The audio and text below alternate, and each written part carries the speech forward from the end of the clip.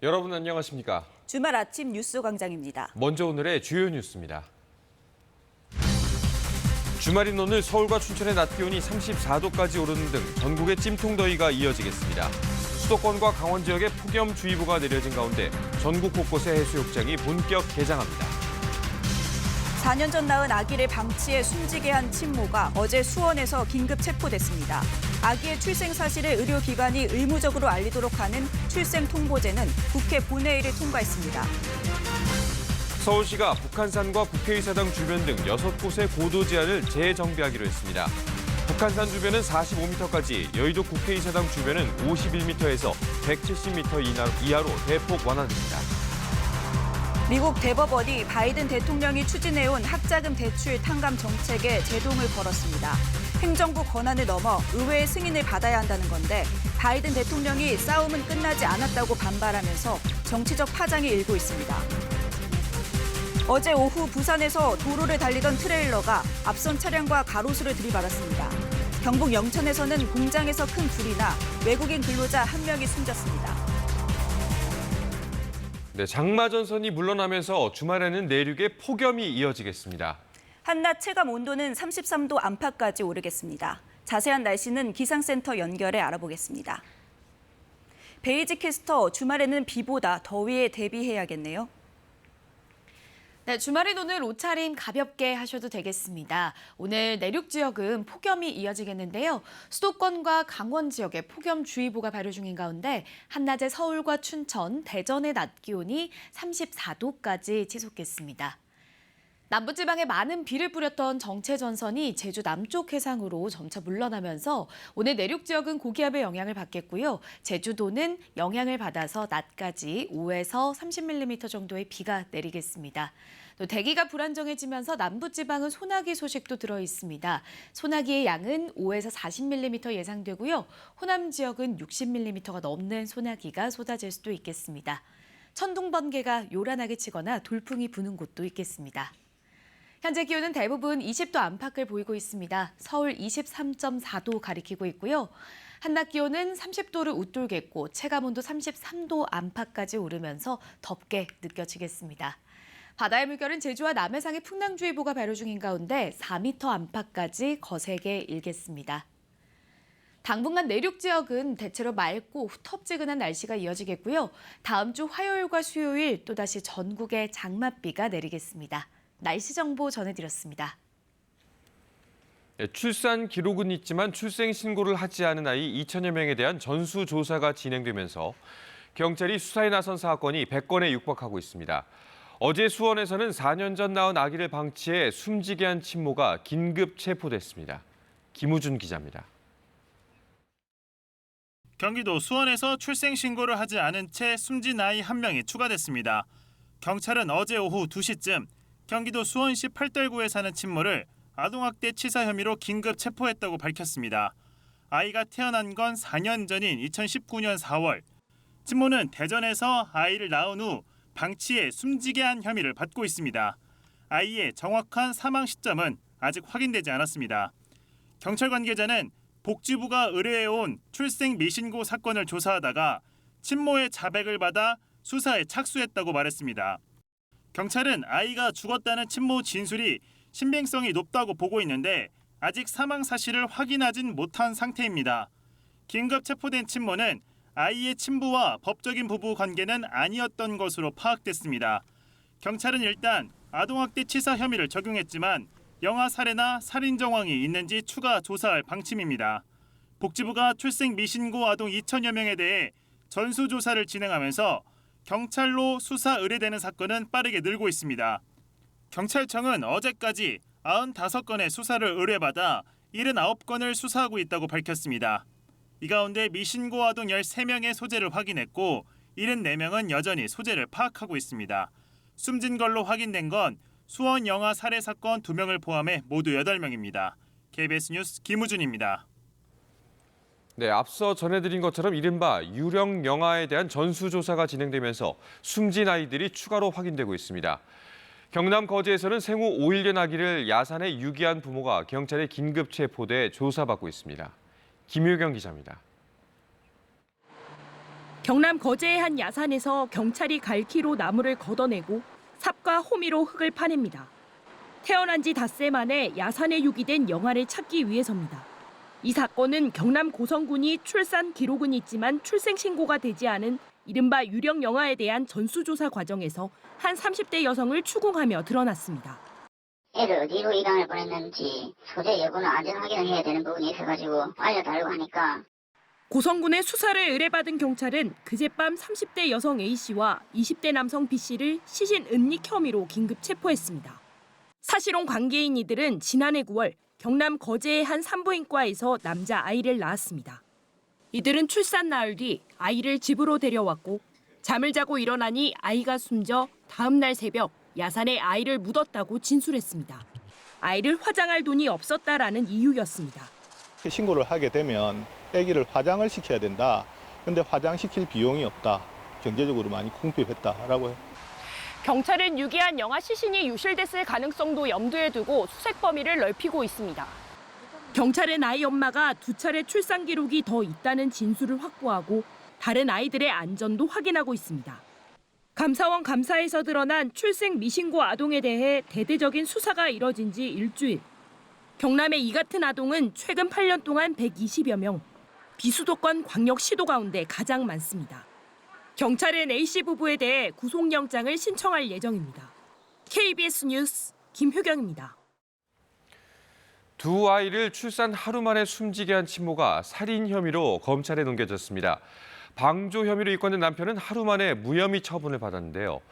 주고받은 메신저 대화 내용이 근거인데 여전히 의문이 남습니다. 이원희 기자가 보도합니다. 두 아이를 낳은 지 하루 만에 살해하고 냉장고에 숨긴 혐의를 받는 친모 고모 씨가 검찰에 송치됩니다. 자필 편지를 언론에 공개했던 것과 달리 고개를 푹 숙인 채 모든 질문에 굳게 입을 닫았습니다. 아이들 왜 살해하셨습니까? 숨진 아이에게 미안하지 않습니까? 방조 혐의로 입건된 남편 이모 씨는 송치되지 않았습니다. 경찰이 입건 하루 만에 무혐의 결론을 내린 겁니다. 두 아이 모두 살해 사실을 몰랐다는 진술과 부합하는 메신저 대화 내용이 근거입니다. 남편은 2018년 넷째가 숨질 땐 임신 사실조차 몰랐다고 했는데 실제로 메신저에 임신이나 출산 관련 대화가 전혀 없고 2019년 다섯째가 숨질 땐 출산이 아니라 낙태하러 병원에 간지 알았다고 했는데 실제로 메신저 대화에 낙태하기로 합의하는 내용이 있다는 겁니다. 하지만 의문은 남습니다. 경찰은 검찰 송치 브리핑에서 작고 왜소한 아내가 만삭인 걸 모를 수 있냐는 질문에 펑퍼짐한 옷을 입으면 모를 수 있다는 의사 의견으로 답했고 남편이 하나뿐인 냉동고에 뭐가 있는지 5년간 몰랐냐는 질문엔 알 수 있었다는 정황이 없다고 답했습니다. 엄마가 출산 때문에 집을 비웠을 텐데 전혀 몰랐다라는 건 말이 안 되는 것 같아서 좀 추가적인 조사를 통해 가지고 범행과 연관성을 확인을 해야 될 것 같고 범행 동기 역시 추가 수사가 필요한 대목입니다. 친모 고 씨는 경제적 어려움 때문이라고 했지만 경찰은 아파트에서 자녀 셋을 키우고 있는 만큼 극심한 빈곤 상태는 아닌 걸로 보인다고 밝혔습니다. KBS 뉴스 이원입니다. 태어났지만 출생 신고가 안 된 유령 영아. 이런 아이들을 생기는 것을 막기 위해 출생 통보제를 도입하는 내용의 가족관계 등록법 개정안이 국회 본회의를 통과했습니다. 앞으로 무엇이 어떻게 달라지는지 김민경 기자가 전해드립니다. 출생 신고를 하지 않은 영아에 대한 살해와 유기 등의 사건이 잇따르면서 필요성이 제기된 출생 통보제. 여야 모두 이견이 없었습니다. 재석 267인 중 찬성 266인 기권 1인으로서 가족관계의 등록 등에 관한 법률 일부 개정 법률안 대안은 가결되었음을 선포합니다. 그동안 산부인과는 분만 관련 급여를 받기 위해 출산 정보를 건강보험심사평가원에 제출해왔습니다. 하지만 병원마다 청구 시기가 다르고 누락되는 경우도 있었습니다. 이 정보만으로는 그동안 정부가 출생 사실을 파악하기에는 한계가 있었던 겁니다. 출생 통보제가 시행되면 분만급여 청구와 별개로 의료기관이 아기의 출생 사실을 심평원에 전달하게 됩니다. 의료인이 진료기록부에 아기 출생 정보를 입력하면 의료기관장이 14일 이내 심평원에 통보하는 방식입니다. 심평원은 이 정보를 지자체에 알립니다. 한 달 넘게 출생신고가 안 되면 지자체장이 아기 부모에게 출생신고를 하도록 독촉하고 그래도 미신고 상태로 남으면 지자체장이 직권으로 출생신고를 해야 합니다. 출생통보제는 법안 공포일로부터 1년 뒤 시행됩니다. 정부는 시행 전까지 기록 방식을 표준화할 예정입니다. 전국 550여 개의 분만 의료기관이 대상입니다. 이 기관들이 쓰시는 그 전자의료기록부 운영 체계가 조금씩 다르십니다. 그래서 이 부분을 통일해드리는 부분이 필요하고요. 다만 의료기관에서 출생통보를 하지 않았을 경우 처벌하는 조항은 법안에 포함되지 않았습니다. KBS 뉴스 김민경입니다. 어제 오후 부산에서 도로를 달리던 트레일러가 앞선 차량과 가로수를 들이받는 사고가 났습니다. 경북 영천에서는 공장에서 큰 불이 나 외국인 근로자 1명이 숨졌습니다. 사건 사고 소식 최준혁 기자입니다. 트레일러 앞부분이 심하게 찌그러졌습니다. 소방대원들은 장비를 동원해 구겨진 차량에 갇힌 운전자를 구조합니다. 어제 오후 4시쯤 부산시 강서구에서 도로를 달리던 트레일러가 앞서가던 트레일러와 가로수를 들이받았습니다. 이 사고로 30대 트레일러 운전자가 다쳐 인근 병원으로 옮겨졌습니다. 경찰은 앞서가던 트레일러가 속도를 줄이자 뒤따라가던 사고 차량이 이를 미처 피하지 못해 사고가 난 것으로 보고 있습니다. 20대 노동자가 혼자 승강기를 수리하다 떨어져 숨진 사고와 관련해 경찰이 강제 수사에 나섰습니다. 서울 서대문경찰서는 어제 오전 승강기 업체 오티스 강북지역본부를 압수수색해 안전수칙 등 관련 자료를 확보했습니다. 또 승강기 노동자들을 관리 감독하는 중간관리자를 업무상 과실치사 혐의로 입건해 지난달 28일 조사했습니다. 시커먼 연기가 하늘을 뒤덮습니다. 어제 오후 4시 20분쯤 경북 영천시 화남면의 한 공장에서 불이 났습니다. 불은 1시간 50여 분 만에 꺼졌지만 40대 외국인 노동자가 숨졌고 70대 남성 1명이 전신에 화상을 입고 병원으로 옮겨졌습니다. 또 공장 건물 3개 동이 모두 탔고 기숙사 건물 한 곳도 일부 불에 탔습니다. 경찰과 소방당국은 정확한 화재 원인과 재산 피해 규모 등을 조사하고 있습니다. KBS 뉴스 최준혁입니다. 서울시가 건물 높이를 제한했던 고도지구를 새롭게 조정하기로 했습니다. 국회의사당과 북한산 주변 건물 높이 제한이 완화되면서 더 높은 건물들을 지을 수 있게 됐습니다. 자세한 내용 여소연 기자가 보도합니다. 북한산 아래쪽에 나지막한 주택들이 모여 있습니다. 낡은 담벼락 위로 기와가 불안하게 올라간 집도 있습니다.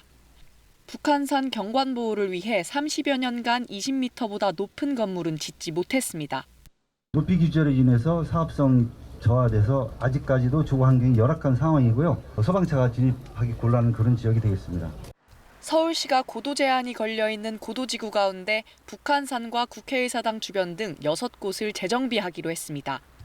고도지구 중 규모가 가장 큰 북한산 주변은 28m까지, 정비 사업을 할 경우 45m까지 고도 제한이 완화됩니다. 국회의사당 주변은 55에서 66m였던 고도 제한을 75에서 170m까지로 완화합니다. 최고 350m 높이 건물을 지을 수 있게 한 여의도 금융지구와 어울리도록 국회에서 여의도 공원으로 갈수록 건물 높이가 점차 높아지도록 했습니다. 남산은 최고 40m로 완화, 경복궁 인근은 중복 규제 지역만 조정하고 높이 규제는 유지합니다. 구로구 오류동과 서초구 법원단지 주변은 높이 규제를 없애기로 했습니다. 그동안 지나치게 과도하게 이루어져서 재산상의 불이익을 봐왔던 시민 여러분들의 그 불이익을 해소시켜드리는 차원에서 합리적으로 고도지구를 제한을 조정하는 겁니다. 서울시는 이번에 발표한 신고도지구 구상을 시민 열람 등을 거쳐 연말까지 확정할 계획입니다. KBS 뉴스 여소연입니다. 한 여성이 자신도 모르는 사이에 음란한 대화가 오가는 채팅 앱에서 유명 인사가 돼 있다는 걸 알게 됐습니다. 알고 보니 군부대를 방문했을 때 한 병사가 신분증을 도용해 여성을 사칭한 거였습니다. 원동희 기자가 취재했습니다. 지난 2021년 군부대에 헌혈 지원 업무를 다녀온 간호사 A씨. 1년 뒤 모르는 남성이 SNS로 연락해왔습니다. 자꾸만 자신과 대화한 적이 있다고 주장했는데 알고 보니 A씨를 사칭한 사람과 채팅 앱에서 만난 거였습니다. 제 이름, 신분증, 학력, 10억 전부 다 저를 도용한 상태에서 야한 대화를 주고받고 있다고. 놀란 A씨는 직접 채팅 앱에 가입해봤는데 여러 명의 남성이 오랜만이라며 인사를 건네왔습니다. 이미 유명 인사였던 겁니다. 자신과 대화했다는 남성들에게서 받은 채팅 화면입니다. 성적 취향과 A씨의 SNS 사진에 대한 음란한 대화가 이어집니다. A씨를 사칭한 인물은 상대가 의심하자 신분증을 제시하기도 했습니다. 쳐다본다고 이제 느끼면 저 사람도 어플에서 나를 봤나? 이런 생각이 들어서. 대체 무슨 일이 벌어진 걸까? 사칭한 사람을 찾아달라고 경찰에 고소해 수사한 결과 범인은 병사였습니다. 군 부대를 방문했을 때 위병소에 근무하던 병사가 신분 확인용으로 제출한 신분증을 몰래 찍어가 A씨 행세를 한 겁니다. 그러면서 A씨의 주소까지 뿌린 걸로 조사됐습니다. A씨는 두려움에 떨다 결국 이사를 했습니다. 실제로 만나자고 여러 번 얘기를 했다고 제 근거지까지 다 밝히면서 혼자서 살고 있던 곳이어서 두렵고. 가해 남성은 A씨 신분증을 몰래 촬영한 것뿐만 아니라 A씨를 사칭한 범행 대부분을 군부대 내에서 저지른 걸로 추정됩니다. 하지만 부대 측이 아무것도 알아내지 못한 사이 지난해 말 무사히 전역했습니다. 경찰은 이 남성을 명예훼손, 개인정보보호법 위반 혐의로 검찰에 송치했습니다. KBS 뉴스 원동희입니다.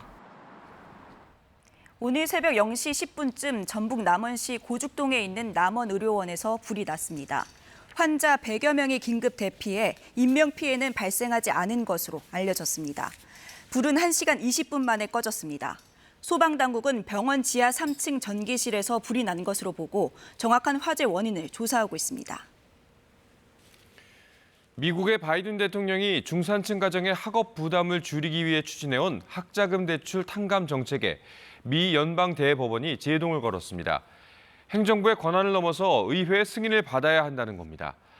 바이든 대통령은 보수 우위의 대법원을 겨냥해 싸움은 끝나지 않았다고 반발해 정치적 파장이 일고 있습니다. 워싱턴 김양순 특파원의 보도입니다. 미 연방대법원이 바이든 대통령이 추진해온 학자금 대출 탕감 정책에 대해 정부 패소 판결을 내렸습니다. 바이든 행정부가 연간 소득 12만 5천 달러, 우리 돈 1억 6천만 원 미만의 가구를 대상으로 최대 2만 달러까지 학자금 대출을 면제해 주도록 한 정책이 행정부의 재량을 넘어선다는 겁니다. 진보 성향의 대법관 3명은 반대했지만 보수 성향의 대법관 6명은 모두 정부 패소 판결을 내렸습니다. 보수 대법관들은 행정부가 대출 탕감처럼 막대한 비용이 드는 일을 시작하기 전에 의회의 승인이 필요하다며 행정부는 독자권이 없다고 밝혔습니다. It is Congress and only Congress that has the power of the purse. It's Congress that can spend money. And in fact, this administration understood that because there were dozens of efforts in Congress to have a student loan cancellation pass. 대법원의 결정으로 학자금 부채 탕감이 사실상 물거품이 되면서 당장 4천만 명의 미국인들이 영향을 받게 됐습니다. You're trying to make these payments. I know I've made at least 100 at this point. They haven't gone anywhere. So it literally is like a hamster wheel. 바이든 미 대통령은 즉각 대국민 담화를 내고 연방대법원이 헌법을 잘못 해석했다고 비난했습니다. 이어 싸움은 끝나지 않았다며 새로운 학자금 대출 탕감 정책을 마련해 중산층들에게 진짜 희망을 줄 것이라고 강조했습니다. What I did I thought was appropriate and was able to be done and would get done. I didn't give Boris false hope, but the Republicans snatched away the hope that they were given, and it's real hope. 미 연방대법원은 1년 전 임신 6개월 이전에 낙태 권리를 폐기한 데 이어 어제는 소수인종의 대학 입시 우대 정책에 위헌 판결을 내렸습니다. 이딴 보수적 판결로 수십 년간 이어져 온 미국의 근간을 흔든다는 비판 속에 정치적 파장이 일고 있습니다. 워싱턴에서 KBS 뉴스 김양순입니다. 며칠 전 프랑스에서는 알제리계 10대 소년이 경찰이 쏜 총에 맞아 숨지는 사건이 있었는데요. 파장이 커지고 있습니다. 무차별적인 방화와 약탈까지 벌어지며 폭동 양상을 띠고 있습니다. 파리 안다영 특파원입니다. 17살 알제리계 소년 나엘의 죽음으로 촉발된 시위가 나흘째 이어지고 있습니다. 사건이 벌어진 파리 외곽 도시 낭테르를 넘어 프랑스 제2도시인 마르세유와 리옹, 릴 등으로 시위 현장은 프랑스 전역에서 빠른 속도로 늘어나고 있습니다. Pour moi, c'est parce qu'ils ont l'impression que la justice est à deux poids, deux mesures, qu'il y a une justice pour les uns, une justice pour les autres. Et ça, c'est mauvais. 시위 양상이 격화되며 폭동이라는 표현까지 나옵니다. 공공시설에 대한 방화가 잇따르고 있고 대형 쇼핑몰이나 상점 등에선 무차별적인 약탈도 벌어지고 있습니다. 파리 외곽 도시에서는 버스 차고지가 공격을 받아 대중교통 운영에도 차질이 빚어지고 있습니다. 어제까지 프랑스 전국에서 500채 가까운 건물이 훼손되고 3,800여 건의 화재가 발생한 것으로 집계됐습니다. 또 과격 시위를 벌인 870여 명이 체포됐고 경찰과 군경찰 240여 명이 다쳤습니다. 파리 외곽 도시들은 상황이 안정될 때까지 밤 9시 이후 수도권을 오가는 버스와 트램 운행을 중단하기로 했습니다. 마크롱 대통령은 긴급 대책회의를 열고 어떠한 형태의 폭력도 용납할 수 없다며 엄중히 대응하겠다고 밝혔습니다. Et je condamne avec la plus grande fermeté, nous la condamnons tous, ces violences pures et injustifiables qui n'ont aucune légitimité. 나해를 숨지게 한 혐의로 구속된 경찰관은 살해 의도가 없었다며 고인과 유족에게 미안하다는 뜻을 변호사를 통해 전했습니다. 유엔은 이번 사건에 우려를 표하면서 지금은 법 집행 과정에서 발생할 수 있는 인종주의와 차별이라는 문제를 심각하게 다뤄야 할 순간이라고 지적했습니다. 파리에서 KBS 뉴스 안다영입니다. 세계에서 가장 비싼 기업 애플이 뉴욕 증시에서 시가총액이 종가 기준 3조 달러를 넘는 첫 번째 기업이 됐습니다. 중앙은행의 강력 긴축 기조에도 불구하고 뉴욕 증시는 올 상반기 이른바 괴물 장세를 이어갔다고 월스트리트 저널이 보도했습니다. 하반기에도 계속 이어질지 전망은 엇갈립니다. 뉴욕 한보경 특파원이 보도합니다. 미국 대표 기업 애플의 시가총액이 상반기 마지막 거래일인 오늘 3조 달러를 돌파했습니다. 장중 가격으로는 지난해 1월 3일 시총이 3조 달러를 넘기도 했지만 종가 기준으로는 이번이 처음입니다. 시총이 2조 달러를 넘은 지 2년 10개월 만이기도 합니다. 애플 주가는 올 들어서만 50% 가까이가 올랐습니다. 지난달에 2분기 매출이 3% 하락할 거란 다소 어두운 자체 전망을 내놓기도 했지만 최근 혼합 현실 헤드셋 등의 제품들을 선보이며 투자자들의 기대감은 오히려 더 커지고 있다는 평가입니다. 애플 등의 기술 기업들이 장을 이끌면서 오늘 뉴욕 증시 주요 지수는 일제 1% 안팎씩 오르며 장을 마쳤습니다. 월스트리트 저널은 올해 상반기 뉴욕 증시는 온갖 부정적 전망을 뒤엎은 이른바 괴물 같은 장세를 이어갔다고 했습니다. 연방준비제도의 강력한 긴축 기조로 투자 심리가 위축될 거란 게 대체적 중론이었는데 이게 다 무색해졌다는 겁니다. 올 상반기에만 스탠다드 앤 푸어스 500 지수는 16%가 올랐고 다우존스 지수는 4%가 올랐습니다. 특히 나스닥 지수는 30% 넘게 급등하며 1983년 이후 최고의 실적을 기록했습니다. 하반기에도 계속 이럴 수 있을지는 전망은 엇갈립니다. 긴축 효과가 본격적으로 나타나기 시작하면 상황은 급속도로 나빠질 수 있어서입니다. Our view of it is the trend is upward, but there's the possibility that things could go badly. And our view also is you always need to have a seatbelt and a parachute. 하지만 여전히 시장은 연방준비제도가 공언하고 있는 것처럼 두 번의 추가 금리 인상은 못할 것으로 보고 있습니다. 한 번 더 올리고 내년부터는 인하할 거란 전망이 우세한 상황입니다. 뉴욕에서 KBS 뉴스 한보경입니다. 이태원 참사 특별법이 국회에서 신속 처리 안건으로 지정됐습니다. 민주당은 21대 국회 임기가 끝나기 전에 반드시 처리해야 한다는 입장이고 국민의힘은 내년 총선용으로 악용하는 거라며 반발했습니다. 이현준 기자의 보도입니다. 이태원 참사가 발생한 지 245일, 야4당 국회의원들이 공동 발의한 이태원 참사 특별법이 신속 처리 안건으로 지정됐습니다. 진상규명을 위한 독립적인 특별조사위원회와 피해구제 심의위원회 설치 등이 핵심 내용입니다. 신속 처리 안건 지정으로 앞으로 최대 330일이 걸려 늦으면 내년 5월에 본회의에 상정될 수 있습니다. 유가족분들이 단식 농성을 하고 계시고 신속 처리 안건 지정에 유일한 희망을 걸 수밖에 없다 하는 절박한 그런 상황이었습니다. 국민의힘은 표결에 불참하고 집단 퇴장했습니다. 야당의 입법 독주라며 규탄 대회도 열었습니다. 협치 불가 막무가내 민주당은 각성하라. 각성하라. 각성하라. 특별법은 재난의 정쟁화이자 총선 전략용이라며 강하게 반발했습니다. 위로와 회복을 지원하는 것은 정치권의 당연한 책임입니다. 하지만 민주당이 강행 처리하려는 이태원 특별법은 정쟁의 도구로만 악용하려는 시도일 뿐입니다. 이태원 참사 유가족들은 직접 표결 과정을 지켜보며 안도의 한숨을 내쉬었습니다. 여당의 전향적인 입장도 요구했습니다. 국민의힘 의원들에게 다시 호소합니다. 또 다른 참사 반복되는 비극을 막기 위해서라도 특별법 심의와 처리에 동참해 주십시오. 한편 파업 노동자에 대해 무분별한 손해배상 청구를 제한하는 내용을 담은 노란봉투법도 야당 단독으로 국회 본회의에 부의됐습니다. KBS 뉴스 이현준입니다. 일본 후쿠시마 원전 오염수 방류를 앞두고 국민 불안감을 해소하겠다며 수산시장을 찾은 국민의힘 의원들이 이번엔 직접 수조 속 바닷물까지 마셨습니다. 어제 국회에선 야권 단독으로 오염수 방류 철회를 촉구하는 결의안을 강행 처리했는데 여당은 합의됐던 오염수 청문회를 거부하겠다고 밝혔습니다. 김범주 기자입니다. 수산물의 안전성을 알리기 위해 잇따라 수산시장을 찾고 있는 국민의힘. 가게 앞을 지나치던 김영선 의원이 수조 속 물을 손으로 떠마십니다. 이거 못 먹어도 된다는 거 아니에요? 아니 이 물이야 저야 거듭 물을 떠마시던 김 의원, 동료 의원에게도 권합니다. 물 좀 한번 드셔보세요.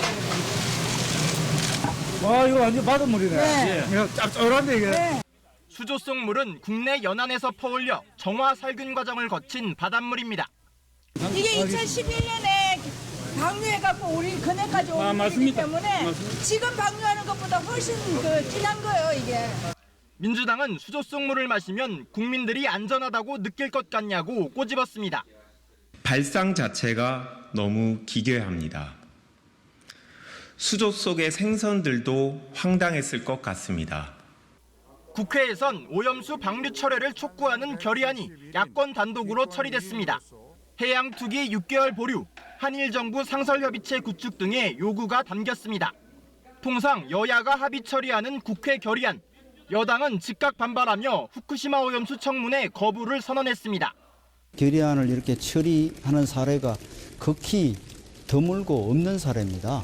더 이상 청문회라는 주장을 민주당 해서는 안 된다고 생각을 합니다. 일본 후쿠시마 원전 오염수 방류 시점이 임박한 가운데 정작 이를 논의해야 할 국회에선 결의안 단독 처리 등의 후유증으로 여야 간 냉각 기간이 당분간 이어질 것으로 보입니다. KBS 뉴스 김범주입니다. 일본 외무성이 국제원자력기구 IAEA의 일본 방문 일정을 공식 확정했습니다. 하야시 요시마사 일본 외무상은 후쿠시마 원전 오염수의 해양 방류 계획을 검증해온 IAEA의 라파엘 그로시 사무총장이 오는 4일부터 7일까지 일본을 방문한다고 발표했습니다. 그로시 사무총장은 방일 첫날 기시다 후미오 일본 총리와 만나 오염수 방류 계획을 평가한 IAEA 최종 보고서를 전달할 예정입니다. 일본 정부는 IAEA가 최종 보고서에서 우려할 만한 지적을 제기하지 않으면 예고한 대로 올 여름에 오염수 방류를 강행할 것으로 보입니다. 윤석열 대통령의 반국가 세력 발언 파장이 커지고 있습니다. 민주당에선 윤 대통령을 겨냥해 쿠데타로 집권했다는 표현이 나왔습니다. 이에 국민의힘에선 국민을 폄하한 악의적 발언이라고 맞받으며 국회 윤리위에 회부하겠다고 했습니다. 박경준 기자의 보도입니다. 윤 대통령의 반국가 세력 발언을 두고 민주당에선 날선 반응이 쏟아졌습니다. 문재인 정부 국민소통수석이었던 윤영찬 의원. 윤석열 대통령이 사실상 쿠데타로 집권했다고 표현하면서 체제의 정당성을 강조하기 위해 반국가 세력을 발언한 거라 주장했습니다. 쿠데타라는 게 물리적 쿠데타라고 이야기를 하는 게 아니고 본인을 중앙지검장에 임명한 문재인 대통령님에 대해서 어쨌든 본인은 저항을 한 거 아닙니까? 군 생체 실험, 세월호 이태원 구판 등을 발언한 김채환 공무원 인재개발원장 등 인사도 거세게 비판했습니다. 극우 발언에, 극우 유튜버에, 극우 인사에, 극우 정책에, 그리고 극우 정권, 극우 대통령까지 나라가 참 걱정입니다. 국민의힘은 발끈했습니다. 윤 의원의 쿠데타 발언은 국민을 폄하한 악의적 발언이라며 사과와 민주당의 중징계, 그리고 국회 윤리위 회복 카드까지 꺼내들었습니다. 조국 사태를 불러온 문재인 대통령은 쿠데타 조력자냐고 반격했습니다. 윤석열 정부를 탄생시킨 것은 다름 아닌 무능과 실정으로 일관했던 문재인 정부와 그 정부에 몸담았던 윤 의원과 같은 이들입니다. 장 차관 인사 논란에 대해선 청문회 등에서 충분히 해명될 것이라고 엄호했습니다. 인재개발 원장은 청문회는 없지만은 문제 제기를 한다면은 본인이 충분히 그 배경에 대해서 설명.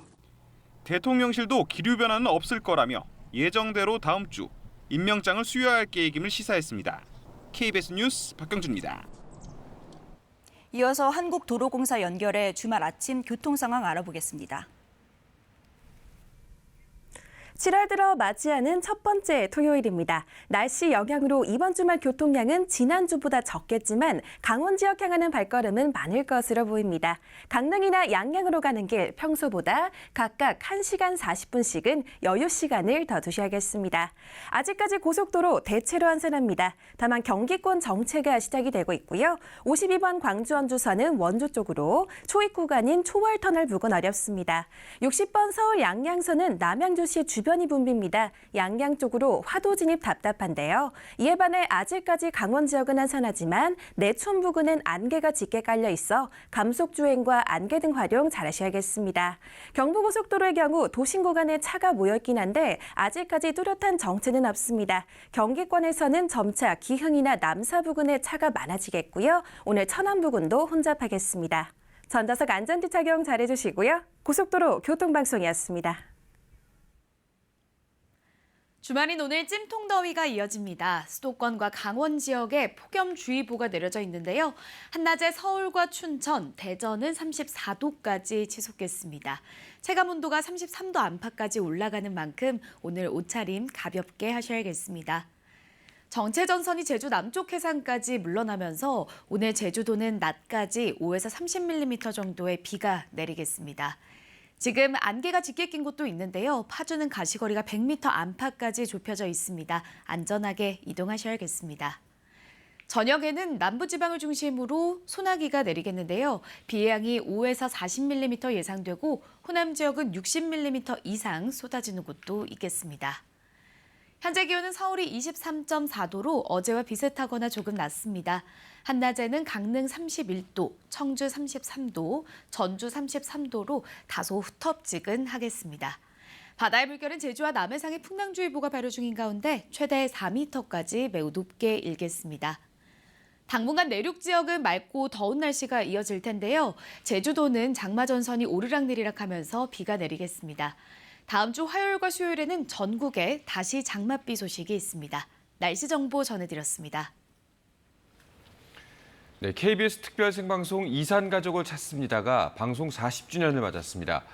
최고 시청률 78%를 기록하면서 전 국민에게 뜨거운 감동을 선사한 사연들은 세계 기록 유산으로까지 지정됐는데요. KBS 특별 생방송 이산가족을 찾습니다가 남긴 기록과 의미, 이효연 기자가 짚어봤습니다. 6.25 때 이르신 가족들 찾으실 분들 좀 오늘 방송을 하겠습니다. 생방송입니다. 꼭 40년 전 이 작은 시작이 453시간 45분의 생방송으로 이어졌습니다. 지금 말씀드리는 순간 상봉을 하는 장면이 있는데 첫 만남의 뜨거운 눈물은 138일간의 감동이 됐습니다. 가족, 그 간절한 이름을 외쳤던 10만 952건의 사연들, 그리고 1189건의 상봉. 엄마는 살아계십니다. 엄마 있어. 예. 아유야. 엄마 있어. 전쟁의 참상을 함께 보듬은 1983년. 그 절절한 이야기는 2522건의 기록으로 남았습니다. 2015년 유네스코는 이 가슴 아픈 사연들을 세계 기록 유산으로 지정했습니다. 전쟁의 참혹함, 아픔, 고통 이걸 보여주기 때문에 이건 유네스코로서도 굉장히 중요한 기록물입니다. 온 국민을 울린 KBS 특별 생방송 이산가족을 찾습니다. 제작에 1,641명이 투입됐고 최고 시청률 78%를 기록했습니다. 이제 이 연속 특별 생방송은 오늘 대단원의 막을 내리지만은 그러나 KBS의 문은 언제든지 활짝 열려 있습니다. 전쟁의 상처까지 끌어안고 치유한 대한민국의 유일한 방송 프로그램으로 남았습니다. KBS 뉴스 이효연입니다. 네, KBS 특별 생방송 이산가족을 찾습니다. 1,189건의 기적 같은 상봉을 통해 가족을 다시 만난 주인공들. 지금은 어떻게 지내고 있을까요? 계속해서 강푸른 기자가 보도합니다. 아버지 엄마 살아있어! 누나를 얼싸안고 만세를 외쳤던 광만영 씨. 3일 동안 반장 못 자고 여기서 했습니다. 아이고. 한국 방송은 싼맛이. 저절로 터져나온 외침은 당시 이산 가족들의 심경을 대변하는 한마디로 남았습니다. 아 여기에요? 네 여기요. 여기. 가장 먼저 벽보를 붙였던 서울 여의도 KBS 사옥을 찾아 추억에 잠겼던 것도 벌써 10년 전. 고향 땅을 다시 밟아 두 형을 보는 게 마지막 소원입니다. 남북이 좀 화해가 되고 그러면 평양에도 갈 수 있는데 근데 그것도 안 되고 그래서 지금 실망스러워요. 고향에 가보고 싶으세요, 마지막으로? 그 마지막이지 이제. 저 어렸을 때 있잖아, 이발소집에 맡겨놓고 갔었어요. 예, 맞아요. 날씨가 흐리고요. 예, 맞아요. 오빠! 너 오빠! 이름도 모르고 살았다는 절규로 심금을 울렸던 허연철, 허연옥 남매. 이 기쁜 소식을 누구한테 전화해줘 오냐. 부모가 있어야 전하지. 서로의 버팀목이 되어 보낸 세월 동안 병마도 찾아왔지만 먹고 살만하니까 아프다고 파킨슨이라는 좋지 않은 병이 와가지고 참 마음이 많이 아프죠. 여전히 자주 안부를 물으며 가깝게 지냅니다. 여러분들의 덕입니다. 그 얘기밖에 없어요. 지금도 얼핏 전화 와요. 건강하시죠? 이렇게 얘기하면 이 사람도 이북 사람이구나. 고향 사람이구나. KBS 뉴스 강푸른입니다. 네, KBS 이산가족 찾기 생방송 후 파주시 임진각에는 실향민들을 위해 망배단이 세워졌습니다. 꿈에도 보고 싶은 북쪽의 가족과 떠나온 고향을 향한 이들의 애끓는 마음을 달래주던 곳인데요. 그 망배단의 하루를 김건우 기자가 지켜봤습니다. 이산가족 찾기 생방송이 계기가 돼 1985년 세워진 임진각 망배단. 93살 조동호 할아버지가 장맛비를 뚫고 이곳을 찾았습니다. 6.25 전쟁이 터진 1950년 20살 때 인민군 징집을 피해 홀로 월남했습니다. 11남매의 장남으로서 가족을 꼭 만나고야 말겠다며 70년대에 브라질로 이민 간 뒤 브라질 여권을 들고 1990년 고향 개성을 찾았습니다. 한을 풀었다 싶었지만 다시 찾아온 생이별은 뼈에 사무칩니다. 나 한번 다시 복구 죽어야 되겠다. 너 도저히 그네들 못 보내겠다. 이런 얘기 저런 얘기하면서 어머니가 울고. 9년 전 오빠를 남겨두고 온 북한 이탈 주민도 그리움이 무시로 밀려올 때면 이곳이 안식처가 됩니다. 건강하게만 잘 살아주셨으면 좋겠다. 나는 그리고 언제든 만날 수 있다라는 희망을 갖고 살아주셨으면 좋겠다. Korean Broadcasting System in 1983.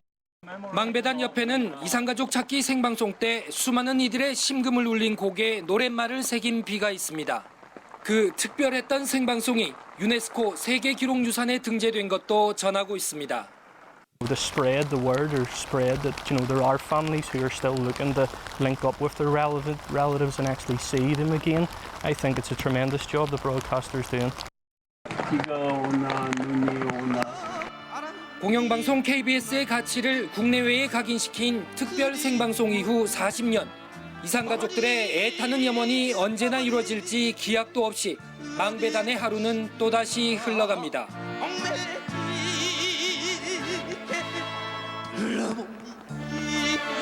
KBS 뉴스 김건우입니다. 경북 영주에는 어제 많은 비가 쏟아지면서 사고가 잇따랐습니다. 밭에서 흘러든 토사가 주택을 덮쳐 14달 된 여자아이가 숨지는 안타까운 피해도 발생했습니다. 박가영 기자가 보도합니다. 물을 잔뜩 머금은 토사가 흘러들면서 집벽이 처참하게 무너져 내렸습니다. 침구와 가재도구는 진흙에 파묻혀버렸습니다. 모두가 잠든 새벽, 집 위쪽 밭에서 유실된 토사가 3대 일가족 10명이 함께 살던 집을 덮쳤습니다. 쓸려 내려간 토사가 이렇게 벽을 뚫고 들이치면서 미처 대피하지 못한 14개월 여아가 그대로 매몰됐습니다. 2시간에 걸쳐 구조 작업이 이어졌지만 아이는 결국 숨진 채 발견됐습니다. 숨진 아이 아버지는 벽이 갈라지는 소리에 잠에서 깼는데 진흙이 순식간에 밀려들어 다른 식구들은 급히 대피했지만 아이는 구하지 못했다고 눈물을 쏟았습니다. 유족과 인근 주민들은 비가 내릴 때마다 밭에서 토사가 계속 흘러내려 밭주인에게 항의해왔다고 말합니다. 10년 전부터 비만 많이 오면은 저 위에 토사가 밑으로 이렇게 계속 내려가는 그런 상황이었는데 이게 예견된 인재라고 생각이 됩니다. 주민들의 걱정이 컸지만 경북 영주시는 해당 밭의 토사 유실 문제를 전혀 파악하지 못하고 있었습니다. 더욱이 해당 밭주인에게 안전대책을 강제할 법적 근거가 없고 이번 사고는 산사태가 아니어서 사후 조치도 어렵다고 밝혔습니다. 산사태로 인한 거로 저희가 이제 판단을 하면 사방 사업이나 그런 이제 사업을 진행할 텐데 여기는 이제 우선은 저희가 산사태로 인한 피해는 아니라고. 경북 영주에는 밤사이 시간당 최대 50mm의 집중호우가 쏟아지면서 아파트 신축 현장에서 토사가 유실돼 주차된 차량 5대가 매몰됐고 주택 100여 채가 침수되는 등 피해가 잇따랐습니다. KBS 뉴스 박가영입니다. 이처럼 특정 지역에 많은 양의 비가 쏟아지면서 전국 곳곳에 사고가 잇따랐습니다. 충남 예산에서는 1시간 동안 쏟아진 비에 키우던 작물이 물에 잠겨 농민들은 한 해 농사를 망치게 됐습니다. 백상현 기자입니다. 시설 하우스 안으로 흙탕물이 밀려듭니다. 키우던 작물은 물에 잠겨 아예 보이지 않을 정도입니다. 농경지역 배수로에 물이 넘치면서 순식간에 벌어진 일입니다. 물은 빠졌지만 참깨는 뿌리째 뽑혔고 수확을 앞둔 토마토는 상품 가치를 잃었습니다. 15농가의 시설 재배 하우스와 논밭이 2헥타르 넘게 물에 잠겨 농사를 망쳤다고 농민들은 한숨 짓습니다. 3월 달에 작업하고서 지금 이제 심어보려고 한 게 저렇게 다 떠내려가고 줘야 다니니 어떡한데요. 우치 뭐 먹고 살아. 농민들은 수로와 하천 사이에 설치된 수문이 닫혀 제때 물이 빠지지 않으면서 피해가 커졌다고 주장합니다. 농민들이 빨리 배수로 수문을 열어달라고 요구했지만 담당자가 현장에 출동해 수문을 연 건 이미 폭우가 시작된 지 2시간 가까이 지난 뒤였습니다. 좀 일찍만 열었어도 이렇게 피해는 좀 덜했을 텐데 늦게 오는 바람에 이렇게 된 거예요. 이 수문은 원격으로도 개방할 수 있게 만들어졌지만 집중호우 당시 제대로 작동하지 않았습니다. 충남 예산군은 갑자기 물이 불어나면서 수압이 강해져 수문이 열리지 않은 것으로 추정된다며 기계의 고장 여부를 확인하고 있습니다. 기계가 어디서 고장난지는 오작도 난지는 저희도 그거는 파악을 하고 있는 중인데. 또 호우특보가 내려진 상황에서 배수로 수문이 왜 닫혀 있었는지도 조사해 피해 보상 여부를 결정하겠다고 밝혔습니다. KBS 뉴스 백상현입니다. 경기 서부를 관통하는 대곡 소사선이 오늘 개통됩니다. 그런데 정부가 어제 열린 공식 개통식에 야당 의원들을 초청할지를 놓고 입장을 번복하면서 잡음이 이어지고 있는데요. 야당은 의도적 배제라고 반발했습니다. 최유경 기자입니다. 경기도 고양 대곡과 부천 소사를 잇는 곡선전철 개통을 하루 앞두고 열린 기념식. 윤석열 대통령도 참석해 주민들과 시승식을 함께했습니다. 1시간 이상 소요되었던 구간을 이제 전철로 15분 만에 다닐 수 있게 됐습니다. 국민의힘에선 김기현 대표를 비롯해 의원 8명이 참석했고 모두 야당 소속인 고양시 국회의원 4명도 모습을 보였습니다. 하지만 이 자리에 참석한 야당 의원들, 전날까지만 해도 참석하지 말라는 요청을 받았습니다. 열심히 농사 지어놨더니 상 차리면서 오지 말라 이런 꼴이라 여기에 대해서는 장관님께서 명확해 주시고 지난 10년간 이 대곡 소사선이 우리 고양시 그리고 부천시 의원님들이 정말 애를 많이 썼거든요. 저의 참석을 왜 가로막습니까? 누가 가로막습니까? 저희들이 한번 살펴보겠습니다. 의도적인 배제라는 야당 항의가 이어지자 정부는 전날 밤 입장을 바꿔 참석을 통보했습니다. 민주당 의원들은 야당 배제는 총선 개입이라며 국회 운영위를 열어 따져묻자고 했습니다. 결국 대통령실 지시 때문이라는 의혹도 제기했습니다. 참으로 치졸하기 짝이 없는 행태이자 사전 선거운동으로 충분히 선거법 위반 소지가 있습니다. 국민의 축제를 국민의힘 잔치로 전락시켜버린 것입니다. 역시 초청이 배제됐다며 불참한 김동연 경기도지사는 국비보다 도비가 더 많이 들어간 사업이라며 의도적 배제라면 소탐 대실이라고 유감을 표했습니다. KBS 뉴스 최혜경입니다. 김영호 통일부 장관 후보자가 대북 정책의 대대적인 변화를 예고했습니다. 기존의 남북 간 합의를 준수할지 선별적으로 고려하겠다고도 말했습니다. 양민철 기자의 보도입니다. 인사청문회를 준비하기 위해 남북회담본부로 첫 출근한 김영호 통일부 장관 후보자. 원칙 있는 남북관계를 강조하며 통일부 정책의 변화를 예고했습니다. 통일 역할은 변화가 있어야 된다고 봅니다. 우리가 이 원칙이라고 한다면은 자유민주주의, 인권, 법치 이런 것들을 이야기할 수가 있겠습니다. 김 후보자는 6.15 남북 공동선언 등 기존의 남북 간 합의도 선별적으로 재검토하겠다는 입장입니다. 특히 변화된 상황을 반영해야 한다며 2018년 9.19 남북 군사합의도 북한이 고강도 도발을 하면 파기할 가능성을 시사했습니다. 인권 문제는 적극 제기하겠다는 의중을 내비쳤습니다. 국제사회에서는 이 북한 인권 문제에 대해서 대단한 관심을 가져왔습니다. 그런데 한국 정부는 약간 소극적이다 이런 생각을 합니다. 여기에 차관은 통일부 근무 경험이 없는 외교관 출신이 지명됐습니다. 이번 장차관 동시교체는 통일부의 변화가 필요하다는 대통령실의 의중이 반영된 결과라는 분석입니다.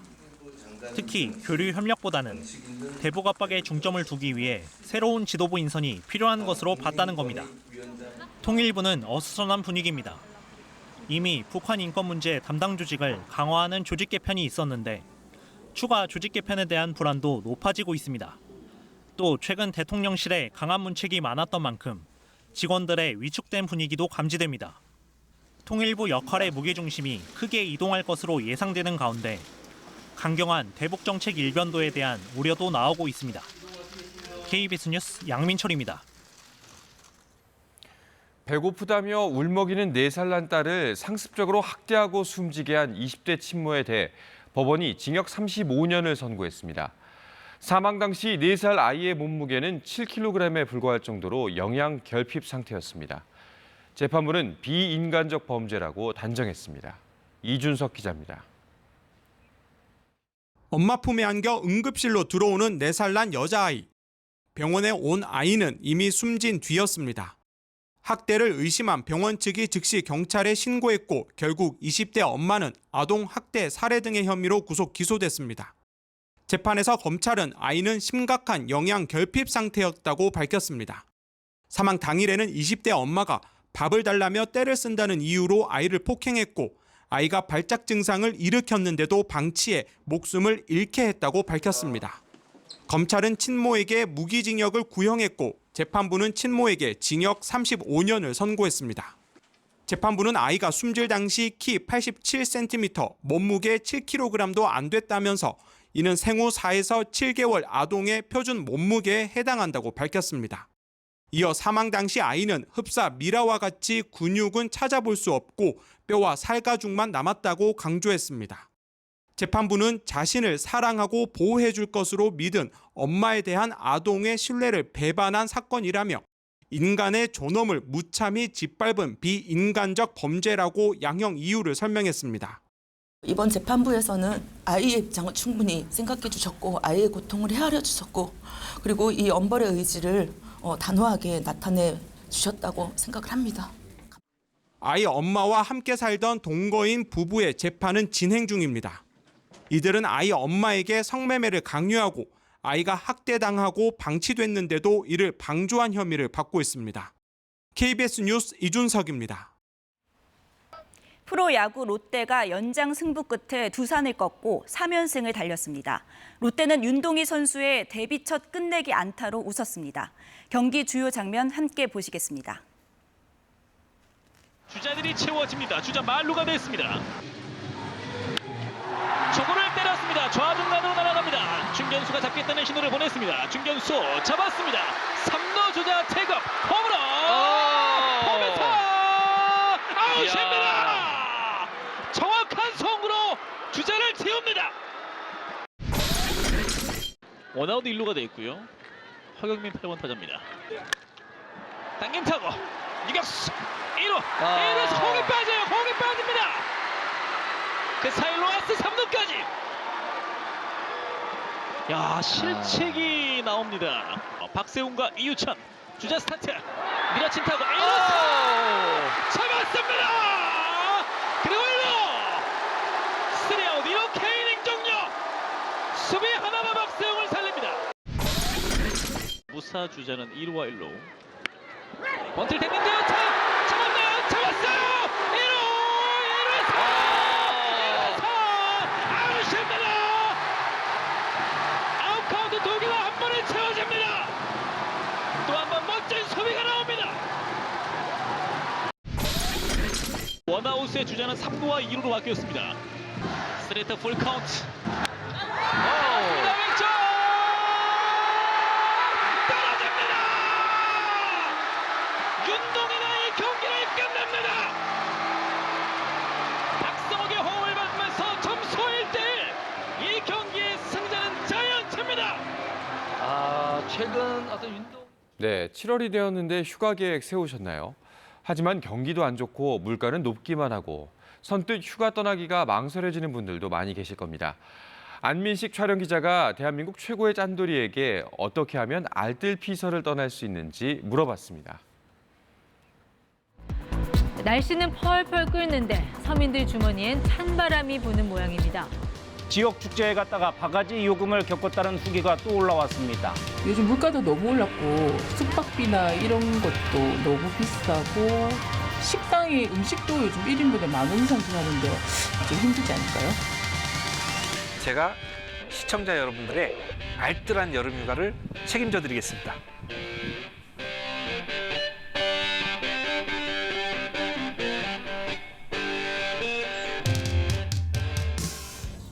안녕하세요. 짠테크의 원조 짠돌이 카페 20년차 운영자 대왕소금 이 대표입니다. 절약은 저의 생존이었고요. 은박지로 면도기 날을 살살살 갈아주면서 1년 동안 사용하기도 했습니다. 이건 직접 만든 커피 아이스크림으로 또 직원들 많은데 여러 개 사면은 많이 비싸요. 요즘 인플레이션이 너무 심하더라고요. 알뜰한 사람들은 돈을 안 쓴다고 해서 여름휴가를 못 가는 건 아니고요. 일단 저희 직원들과 함께 했던 야유회는요.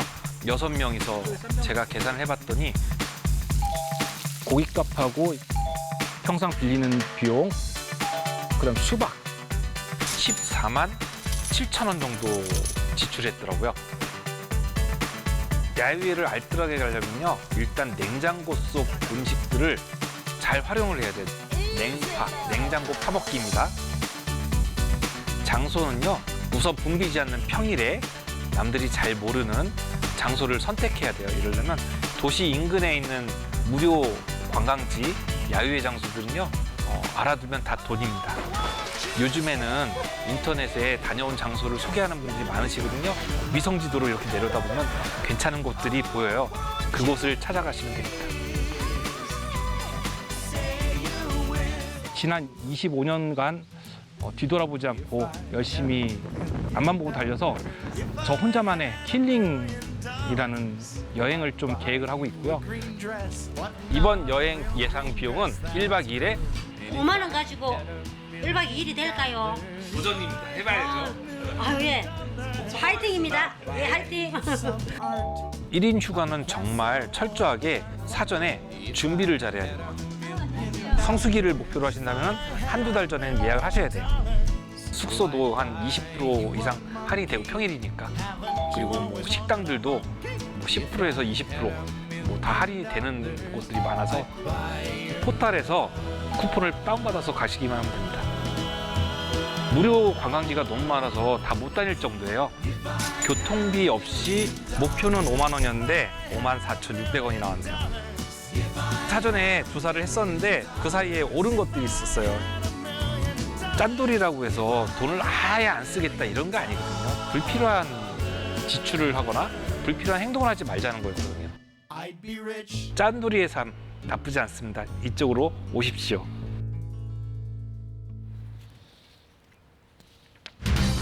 주말인 오늘 서울과 춘천의 낮 기온이 34도까지 오르는 등 전국의 찜통더위가 이어지겠습니다. 수도권과 강원 지역에 폭염주의보가 내려진 가운데 전국 곳곳에 해수욕장이 본격 개장합니다. 4년 전 낳은 아기를 방치해 숨지게 한 친모가 어제 수원에서 긴급 체포됐습니다. 아기의 출생 사실을 의료기관이 의무적으로 알리도록 하는 출생통보제는 국회 본회의를 통과했습니다. 서울시가 북한산과 국회의사당 주변 등 6곳의 고도 제한을 재정비하기로 했습니다. 북한산 주변은 45m까지, 여의도 국회의사당 주변은 51m에서 170m 이하로 대폭 완화됩니다. 미국 대법원이 바이든 대통령이 추진해온 학자금 대출 탕감 정책에 제동을 걸었습니다.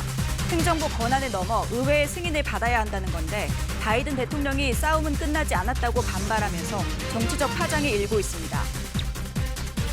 오늘 새벽 전북 남원시 고죽동에 있는 남원의료원에서 불이 났습니다. 환자 100여 명은 긴급 대피해 인명피해는 발생하지 않은 것으로 전해졌습니다. 네, 뉴스광장 2부 이어갑니다. 장마전선이 물러나면서 주말에는 내륙에 폭염이 이어지겠습니다. 한낮 체감 온도는 33도 안팎까지 오르겠습니다. 자세한 날씨는 기상센터 연결해 알아보겠습니다. 베이지 캐스터, 주말에는 비보다 더위에 대비해야겠네요. 네, 오늘은 폭염을 주의하셔야겠습니다. 건강관리 잘 해주셔야겠는데요. 지금 수도권과 강원 지역에 폭염주의보가 내려져 있습니다.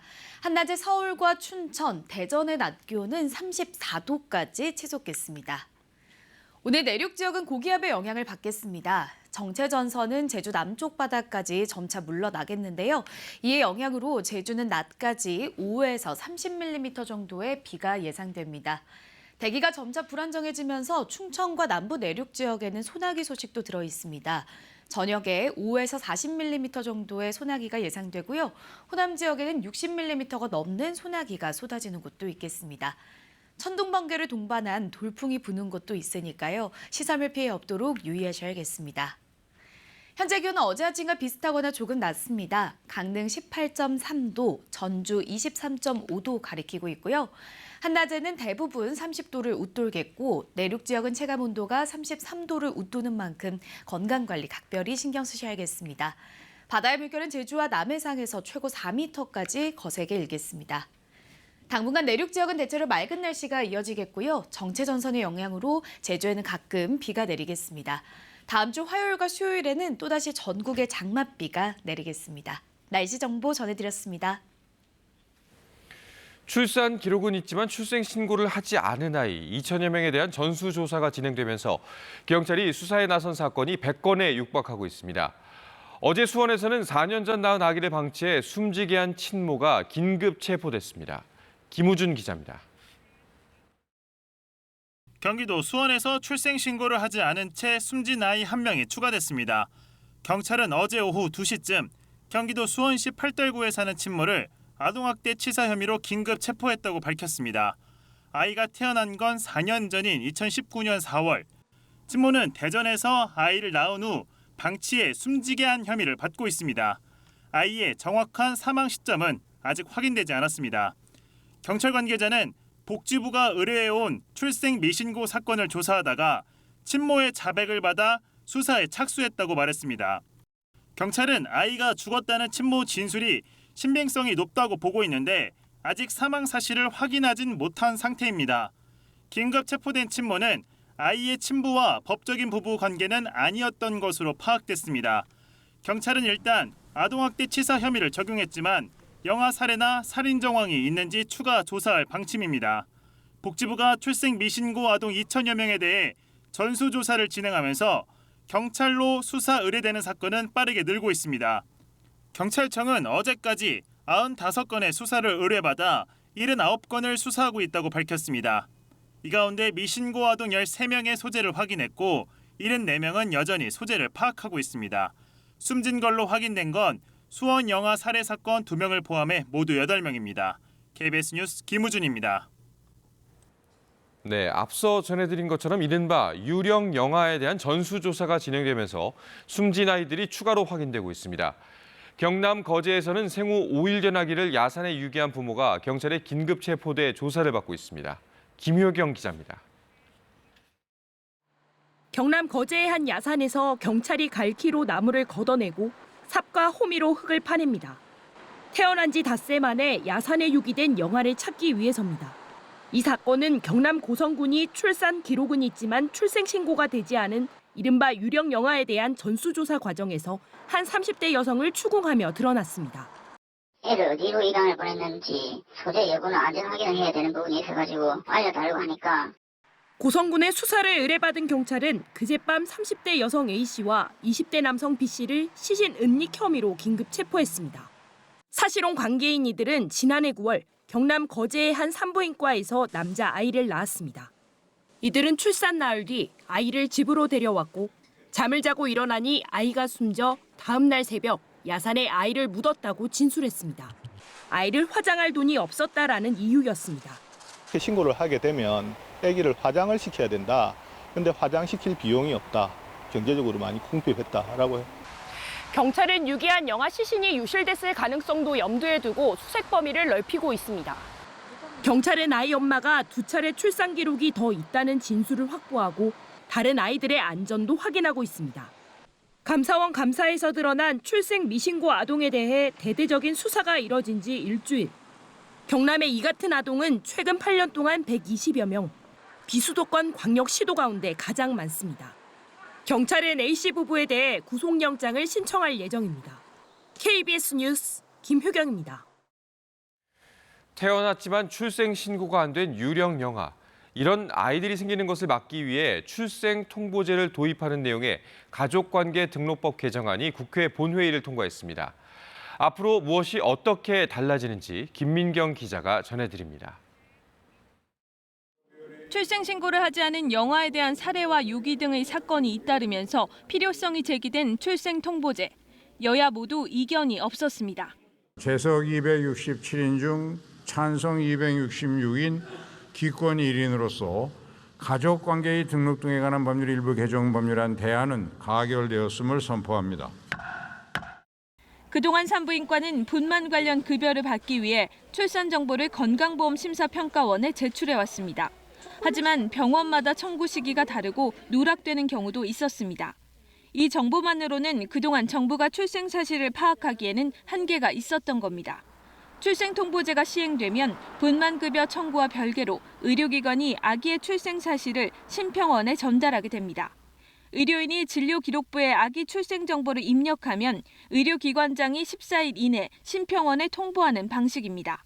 심평원은 이 정보를 지자체에 알립니다.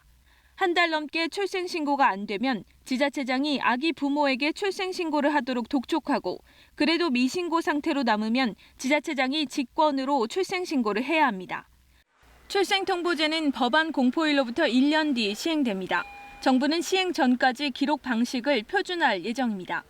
전국 550여 개의 분만 의료기관이 대상입니다. 이 기관들이 쓰시는 그 전자의료기록부 운영 체계가 조금씩 다르십니다. 그래서 이 부분을 통일해드리는 부분이 필요하고요. 다만 의료기관에서 출생 통보를 하지 않았을 경우 처벌하는 조항은 법안에 포함되지 않았습니다. KBS 뉴스 김민경입니다.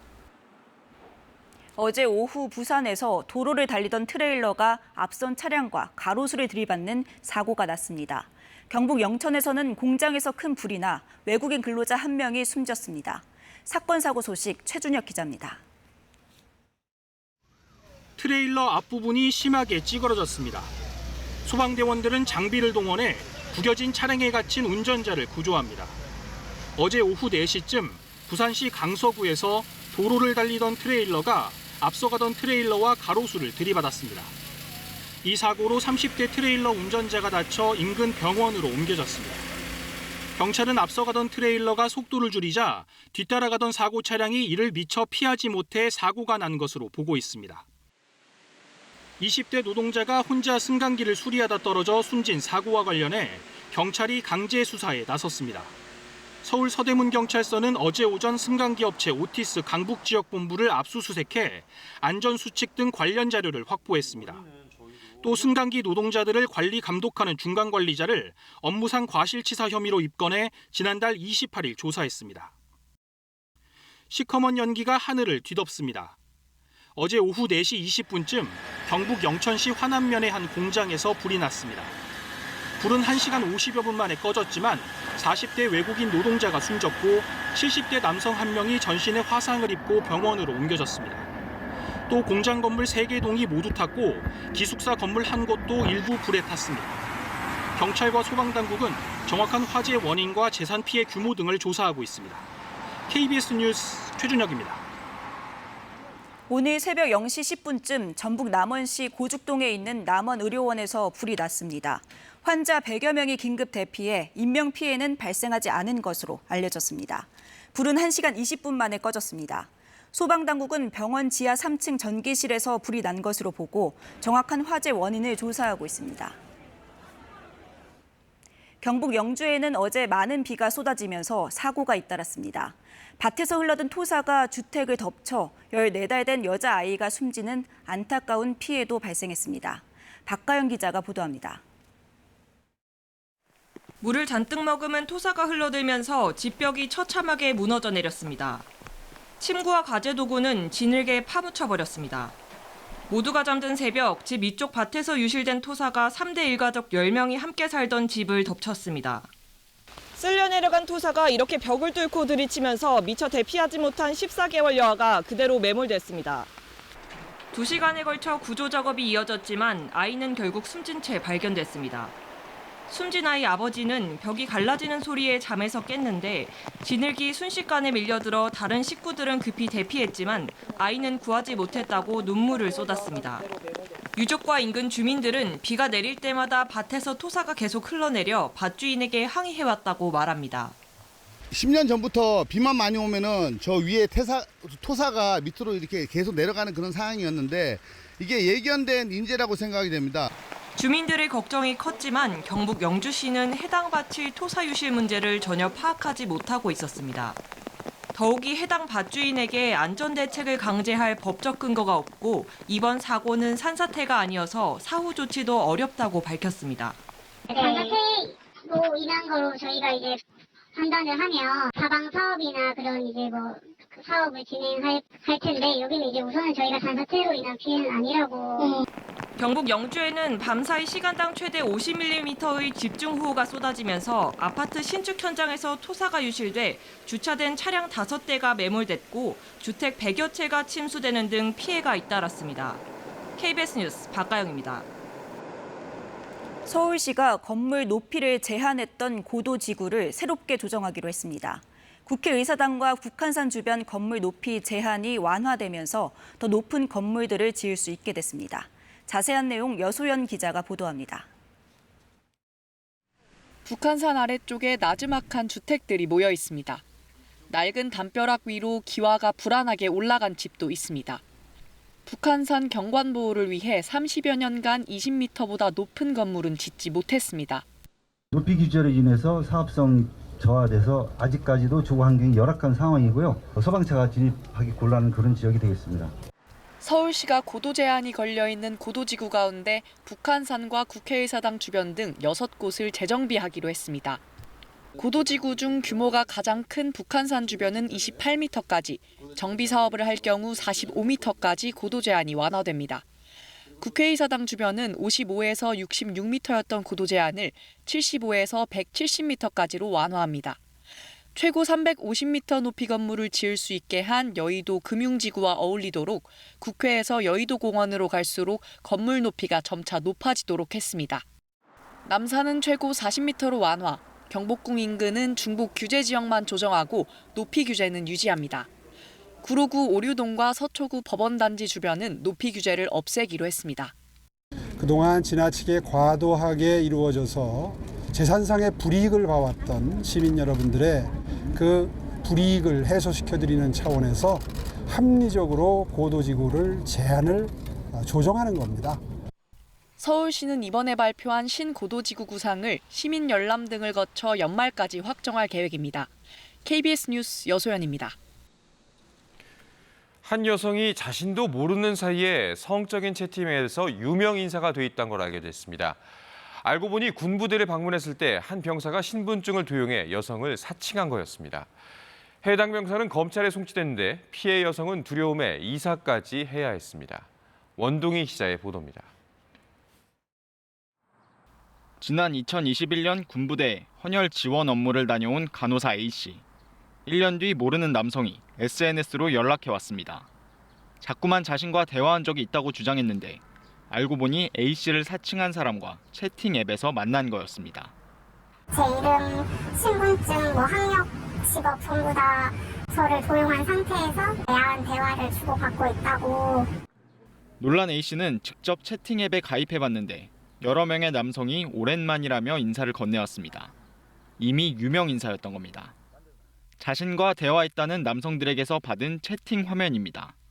성적 취향과 A씨의 SNS 사진에 대한 음란한 대화가 이어집니다. A씨를 사칭한 인물은 상대가 의심하자 신분증을 제시하기도 했습니다. 쳐다본다고 이제 느끼면 저 사람도 어플에서 나를 봤나? 이런 생각이 들어서. 대체 무슨 일이 벌어진 걸까? 사칭한 사람을 찾아달라고 경찰에 고소해 수사한 결과 범인은 병사였습니다. 군 부대를 방문했을 때 위병소에 근무하던 병사가 신분 확인용으로 제출한 신분증을 몰래 찍어가 A씨 행세를 한 겁니다. 그러면서 A씨의 주소까지 뿌린 걸로 조사됐습니다. A씨는 두려움에 떨다 결국 이사를 했습니다. 실제로 만나자고 여러 번 얘기를 했다고 제 근거지까지 다 밝히면서 혼자서 살고 있던 곳이어서 두렵고. 가해 남성은 A씨 신분증을 몰래 촬영한 것뿐만 아니라 A씨를 사칭한 범행 대부분을 군부대 내에서 저지른 걸로 추정됩니다. 하지만 부대 측이 아무것도 알아내지 못한 사이 지난해 말 무사히 전역했습니다. 경찰은 이 남성을 명예훼손, 개인정보보호법 위반 혐의로 검찰에 송치했습니다. KBS 뉴스 원동희입니다. 우리 사회의 마약 중독 실태를 살펴보는 연속 보도 순서입니다. 중독을 인정하고 그만하겠다고 굳게 결심을 해도 마약을 끊는 일은 보통 힘겨운 일이 아닙니다. 오늘은 하루하루 금단 증상과 사투를 벌이며 단약을 시도 중인 사람들의 이야기입니다. 신지수 기자가 만나봤습니다. 어제 이제 늦게 나간 손님들 거 설거지 좀 해놓고. 출소한 지 석 달째, 김모 씨는 식당 일을 마친 뒤 매일 자전거에 오릅니다. 마약 유혹을 떨치려고 하루 4시간씩 페달을 밟습니다. 오늘 어디까지 가야겠다 하고 이제 목표를 정하니까 그게 도착했을 때 성취감도 생기고요. 끈기가 좀 생기게 하는 것 같기도 해요. 20대에 시작한 마약. 교도소를 10번 넘게 들락거리면서도 30년 넘게 끊지 못했습니다. 교도소 안에서 엄청 후회하고 이제 나 이러면 안 되는데 그러면서 그 생각들이 딱 눈을 나서는 순간부터 싹 사라져요. 이번에야말로 굳게 마음을 먹었지만 언제 또 무너질까 여전히 두렵습니다. 중독자들하고 전화를 안 하고 오더라도 이제 밖으로 와서 차단시키고 내일 어떤 트러블이 일어나서 내가 무너질 수 있을지도 모른다는 이제. 20대 김모 씨는 단약을 결심한 지 이제 1년이 됐습니다. 수년 동안 마약에 빠져 지낸 몸은 약을 끊자 매일 비명을 질러댔습니다. 발가락, 손가락 오그라들고 있고 몸도 스트레스 아파오고 관절을 그냥 꺾어서 부러뜨리고 싶은 느낌? 불쑥불쑥 찾아오던 금단 증상은 최근 겨우 잦아들었지만 하루하루 유혹과 고통이 여전합니다. 옛날에 투약했던 호텔이나 약국이나 병원이나 보면 좀 놀랄 때 있어요. 그냥 지나가고 싶은데 쳐다보게 되고. 일단 마약에 중독되면 금단은 의지의 영역을 넘어섭니다. 이 뇌에 생긴 명백한 병이고 조금이라도 부정적인 고통스러운 감정에 딱 맞닥뜨리게 되면 뇌는 강박적으로 그걸 찾게 만드는 거거든요. 지난 2년간 판결문을 분석한 결과 마약 범죄 재범률이 38%, 처벌받은 10명 중 4명가량이 다시 마약에 손을 댔습니다. KBS 뉴스 신지수입니다. 부산의 한 관절 척추병원에서 의료기기 영업사원이 대리 수술을 했다는 의혹 앞서 전해드렸는데요. 그런데 이 병원에서 간호조무사까지 대리 수술을 한 정황이 추가로 드러났습니다. 경찰은 KBS가 보도한 영상을 토대로 수사를 시작했습니다. 강예슬 기자가 취재했습니다. 의료기기 영업사원에게 수술집도를 맡겼다는 의혹을 받고 있는 부산의 한 병원. 공익제보자는 병원 전문의 9명 가운데 2명이 자신의 전공 분야가 아닌 수술을 할 때 영업사원에게 대리 수술이 맡겼다고 증언했습니다. 한 분의 경우는 어깨 전공이라 인공관절 수술을 거의 안 해보신 분이에요. 그러면 수술을 안 해야 하는데 무릎 수술이 다 돈이 되거든요. 무리하게 하는 거죠. 그렇다면 의사의 전공 분야 수술은 제대로 이루어졌을까? 어깨 수술 장면을 살펴봤습니다. 내시경 화면을 보면서 수술 부위를 꿰매는 사람은 간호조무사입니다. 또 다른 수술 날입니다. 이번엔 간호조무사가 망치질을 하고 있습니다. 수술 중 의사는 수술복을 벗고 자리를 떠나기까지 합니다. 간호조무사에게 수술을 맡긴 뒤 다른 환자를 진료하러 가는 겁니다. 의사가 나가면 조무사가 봉합을 하죠. 시간은 한정돼 있는데 수술 일정이 많이 받다 보니까 그걸 다 소화해서 하루에 끝내야 하다 보니까 이루어지는 거고. 간호조무사가 대신 수술을 한 정황은 취재진이 확인한 것만 10차례입니다. 3년, 5년씩 간호조무사들이 보조를 한 거거든요. 보조한 것도 구속 수령을 했는데. 병원 측은 이 같은 일이 외부로 알려지는 걸 막기 위해 수술실에 출입할 때는 휴대전화를 소지하는 것도 통제했다고 공익제보자는 털어놨습니다. 공항 검색대에서 검색하듯이 그런 것도 구매를 해서 수술방 안에 비치되어 있어요. KBS 보도가 나간 뒤 부산경찰청 반부패 수사대는 병원 관계자를 상대로 의료법 위반 혐의 등에 대한 수사에 착수했습니다. 대한의사협회는 입장문을 내고 사실관계를 확인하고 엄정하게 대응하겠다고 밝혔습니다. 병원 측은 해당 영상에 등장하는 의료기기 업체 영업사원과 간호조무사 등 의사가 아닌 사람들은 수술 과정에서 진료 보조만 했다며 의료법을 위반한 사실이 없다고 다시 한번 부인했습니다. KBS 뉴스 강예슬입니다. 제주 해변에 장기간 설치된 이른바 알박기 텐트 문제는 KBS가 여러 차례 보도했었는데요. 정부가 복잡한 절차 없이도 즉시 철거할 수 있도록 법령을 개정하면서 제주시가 실제 강제 철거를 시작했습니다. 문준영 기자입니다. 자, 지금부터 철거 작업을 시작하겠습니다. 작업 지시가 떨어지자 공무원들이 나무에 고정된 줄을 하나씩 풀어냅니다. 땅에 깊숙이 박힌 고정핀도 망치를 이용해 하나하나 제거합니다. 제주 금능고와 협재해수욕장 일대에 장기간 설치된 이른바 알박기 텐트들입니다. 한 텐트에선 싱크대와 각종 가구까지 발견됐습니다. 아예 살림을 차려놓은 겁니다. 경찰과 지자체, 주민까지 나서 철거한 텐트만 30여 동에 이릅니다. 이렇게 철거된 물품들은 지자체 홈페이지에 공고되는데요. 소유주가 나타나지 않으면 공매 처리되거나 폐기됩니다. 해묵은 골칫거리를 해결한 주민들은 크게 반기고 있습니다.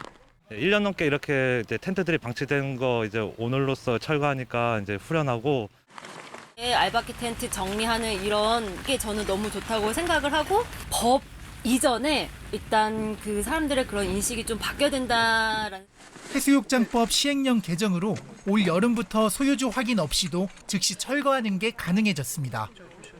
제주시는 텐트 알박기가 해수욕장으로 지정되지 않은 해변으로 몰릴 가능성이 있는 만큼 행정 대집행에 적극 나서기로 했습니다. 비정 해수욕장도 행정 대집행으로도 가능합니다. 시간은 좀 오래 걸리겠지만 제주시에서는 그렇게 처리해 나가겠습니다.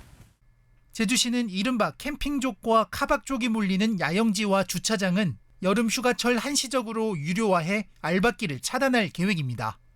KBS 뉴스 문준영입니다. 미국 바이든 대통령의 학자금 대출 탕감 정책에 미 연방 대법원이 제동을 걸었습니다. 행정부의 권한을 넘어서 의회의 승인을 받아야 한다는 겁니다. 바이든 대통령은 보수 우위의 대법원을 겨냥해 싸움은 끝나지 않았다고 반발했습니다. 워싱턴 김양순 특파원의 보도입니다. 미 연방대법원이 바이든 대통령이 추진해온 학자금 대출 탕감 정책에 대해 정부 패소 판결을 내렸습니다. 바이든 행정부가 연간 소득 12만 5천 달러, 우리 돈 1억 6천만 원 미만의 가구를 대상으로 최대 2만 달러까지 학자금 대출을 면제해 주도록 한 정책이 행정부의 재량을 넘어선다는 겁니다. 진보 성향의 대법관 3명은 반대했지만 보수 성향의 대법관 6명은 모두 정부 패소 판결을 내렸습니다. 보수 대법관들은 행정부가 대출 탕감처럼 막대한 비용이 드는 일을 시작하기 전에 의회의 승인이 필요하다며 행정부는 독자권이 없다고 밝혔습니다. It is Congress, and only Congress, that has the power of the purse. It's Congress that can spend money. And in fact, this administration understood that because there were dozens of efforts in Congress to have a student loan cancellation pass. 대법원의 결정으로 학자금 부채 탕감이 사실상 물거품이 되면서 당장 4천만 명의 미국인들이 영향을 받게 됐습니다. You're trying to make these payments. I know I've made at least 100 at this point. They haven't gone anywhere. So it literally is like a hamster wheel. 바이든 미 대통령은 즉각 대국민 담화를 내고 연방대법원이 헌법을 잘못 해석했다고 비난했습니다. 이어 싸움은 끝나지 않았다며 새로운 학자금 대출 탕감 정책을 마련해 중산층들에게 진짜 희망을 줄 것이라고 강조했습니다. What I did I thought was appropriate and was able to be done and would get done. I didn't give Boris false hope, but the Republicans snatched away the hope. 미 연방대법원은 1년 전 임신 6개월 이전에 낙태 권리를 폐기한 데 이어 어제는 소수인종의 대학 입시 우대 정책에 위헌 판결을 내렸습니다. 이딴 보수적 판결로 수십 년간 이어져 온 미국의 근간을 흔든다는 비판 속에 정치적 파장이 일고 있습니다. 워싱턴에서 KBS 뉴스 김양순입니다. 세계에서 가장 비싼 기업 애플이 뉴욕 증시에서 시가총액이 종가 기준 3조 달러를 넘는 첫 기업이 됐습니다. 중앙은행의 강력 긴축 기조에도 불구하고 뉴욕 증시는 올 상반기 큰 폭으로 상승했습니다. 하반기에도 계속 이어질지 전망은 엇갈립니다. 뉴욕에서 한보경 특파원이 보도합니다. 미국 대표 기업 애플의 시가총액이 상반기 마지막 거래일인 오늘 3조 달러를 돌파했습니다. 장중 가격으로는 지난해 1월 3일 시총이 3조 달러를 넘기도 했지만 종가 기준으로는 이번이 처음입니다. 시총이 2조 달러를 넘은 지 2년 10개월 만이기도 합니다. 애플 주가는 올 들어서만 50% 가까이가 올랐습니다. 지난달에 2분기 매출이 3% 하락할 거란 다소 어두운 자체 전망을 내놓기도 했지만 최근 혼합 현실 헤드셋 등의 제품들을 선보이며 투자자들의 기대감은 오히려 더 커지고 있다는 평가입니다. 애플 등의 기술 기업들이 장을 이끌면서 오늘 뉴욕 증시 주요 지수는 일제 1% 안팎씩 오르며 장을 마쳤습니다. 월스트리트 저널은 올해 상반기 뉴욕 증시는 온갖 부정적 전망을 뒤엎은 이른바 괴물 같은 장세를 이어갔다고 했습니다. 연방준비제도의 강력한 긴축 기조로 투자 심리가 위축될 거란 게 대체적 중론이었는데 이게 다 무색해졌다는 겁니다. 올 상반기에만 스탠다드 앤 푸어스 500 지수는 16%가 올랐고 다우존스 지수는 4%가 올랐습니다.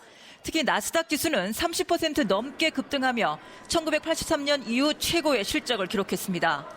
하반기에도 계속 이럴 수 있을지는 전망은 엇갈립니다. 긴축 효과가 본격적으로 나타나기 시작하면 상황은 급속도로 나빠질 수 있어서입니다.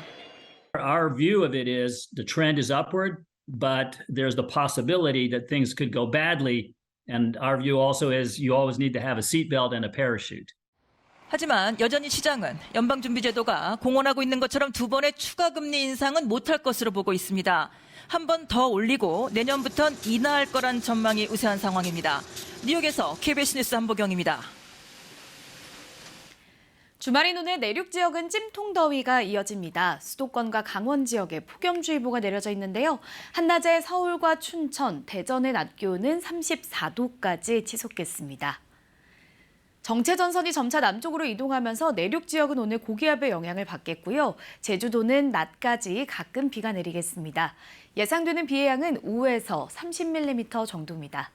기온이 크게 오르면서 대기가 불안정해져 충청과 남부지방엔 소나기 소식이 들어있는데요.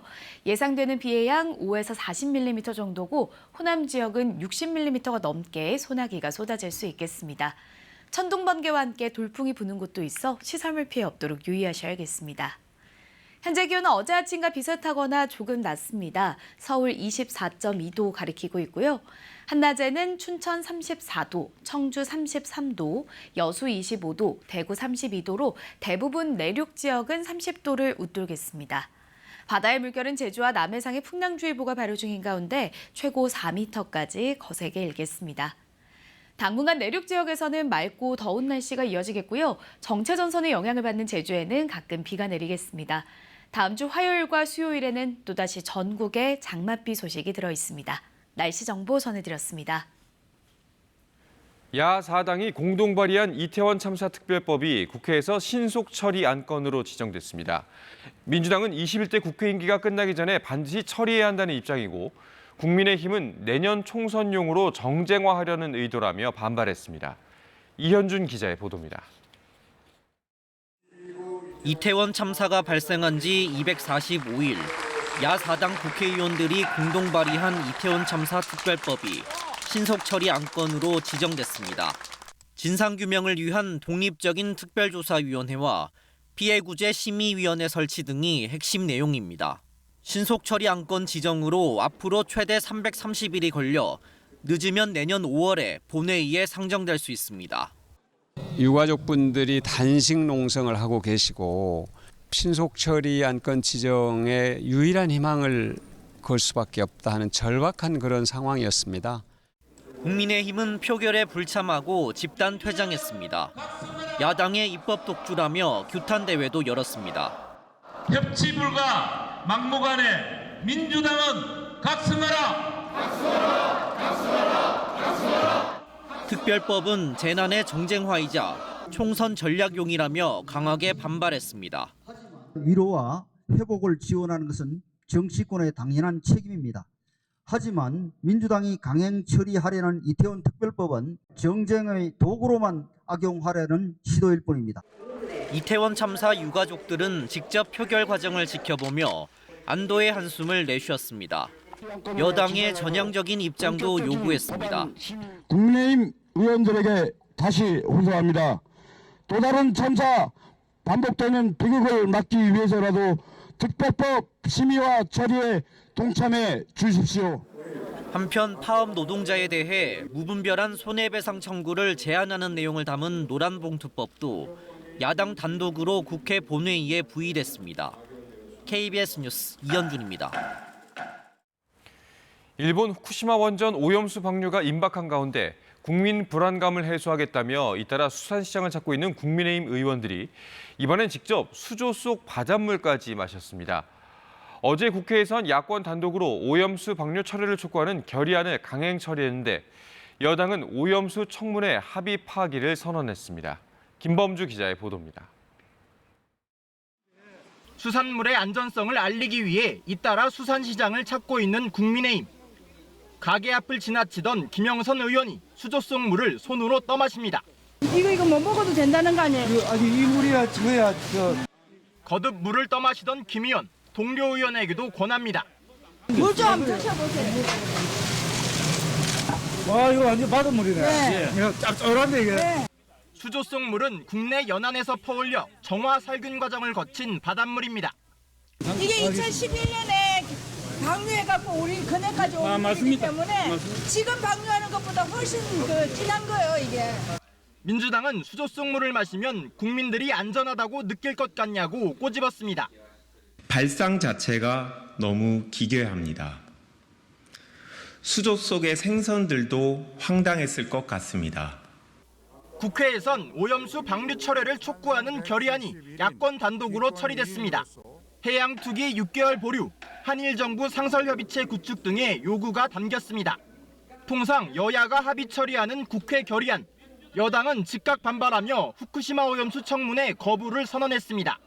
결의안을 이렇게 처리하는 사례가 극히 드물고 없는 사례입니다. 더 이상 청문회라는 주장을 민주당 해서는 안 된다고 생각을 합니다. 일본 후쿠시마 원전 오염수 방류 시점이 임박한 가운데 정작 이를 논의해야 할 국회에선 결의안 단독 처리 등의 후유증으로 여야 간 냉각 기간이 당분간 이어질 것으로 보입니다. KBS 뉴스 김범주입니다. 일본 외무성이 국제 원자력 기구 IAEA의 일본 방문 일정을 공식 확정했습니다. 하야시 요시마사 일본 외무상은 후쿠시마 원전 오염수의 해양 방류 계획을 검증해온 IAEA의 라파엘 그로시 사무총장이 오는 4일부터 7일까지 일본을 방문한다고 발표했습니다. 그로시 사무총장은 방일 첫날 기시다 후미오 일본 총리와 만나 오염수 방류 계획을 평가한 IAEA 최종 보고서를 전달할 예정입니다. 일본 정부는 IAEA가 최종 보고서에서 우려할 만한 지적을 제기하지 않으면 예고한 대로 올 여름에 오염수 방류를 강행할 것으로 보입니다. 윤석열 대통령의 반국가 세력 발언 파장이 커지고 있습니다.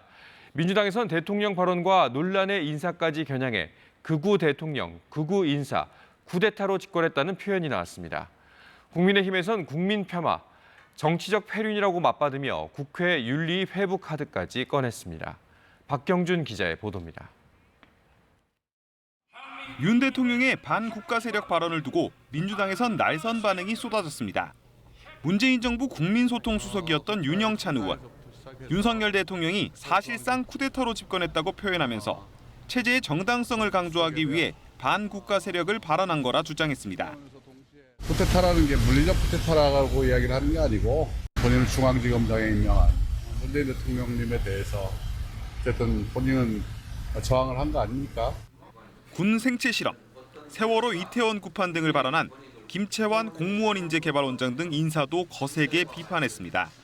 극우 발언에, 극우 유튜버에, 극우 인사에, 극우 정책에, 그리고 극우 정권, 극우 대통령까지 나라가 참 걱정입니다. 국민의힘은 발끈했습니다. 윤 의원의 쿠데타 발언은 국민을 폄하한 악의적 발언이라며 사과와 민주당의 중징계, 그리고 국회 윤리위 회부 카드까지 꺼내들었습니다. 조국 사태를 불러온 문재인 대통령은 쿠데타 조력자냐고 반격했습니다. 윤석열 정부를 탄생시킨 것은 다름 아닌 무능과 실정으로 일관했던 문재인 정부와 그 정부에 몸담았던 윤 의원과 같은 이들입니다. 장차관 인사 논란에 대해선 청문회 등에서 충분히 해명될 것이라고 엄호했습니다. 인재개발 원장은 청문회는 없지만은 문제 제기를 한다면은 본인이 충분히 그 배경에 대해서 설명. 대통령실도 기류 변화는 없을 거라며 예정대로 다음 주 임명장을 수여할 계획임을 시사했습니다. KBS 뉴스 박경준입니다. KBS 특별생방송 이산 가족을 찾습니다가 방송 40주년을 맞았습니다. 대한민국을 울리고 전 국민에게 뜨거운 감동을 선사한 이 프로그램 관련 기록은 세계 기록 유산으로까지 지정됐습니다. KBS 특별생방송 이산 가족을 찾습니다가 남긴 기록과 의미, 이효연 기자가 짚어봤습니다.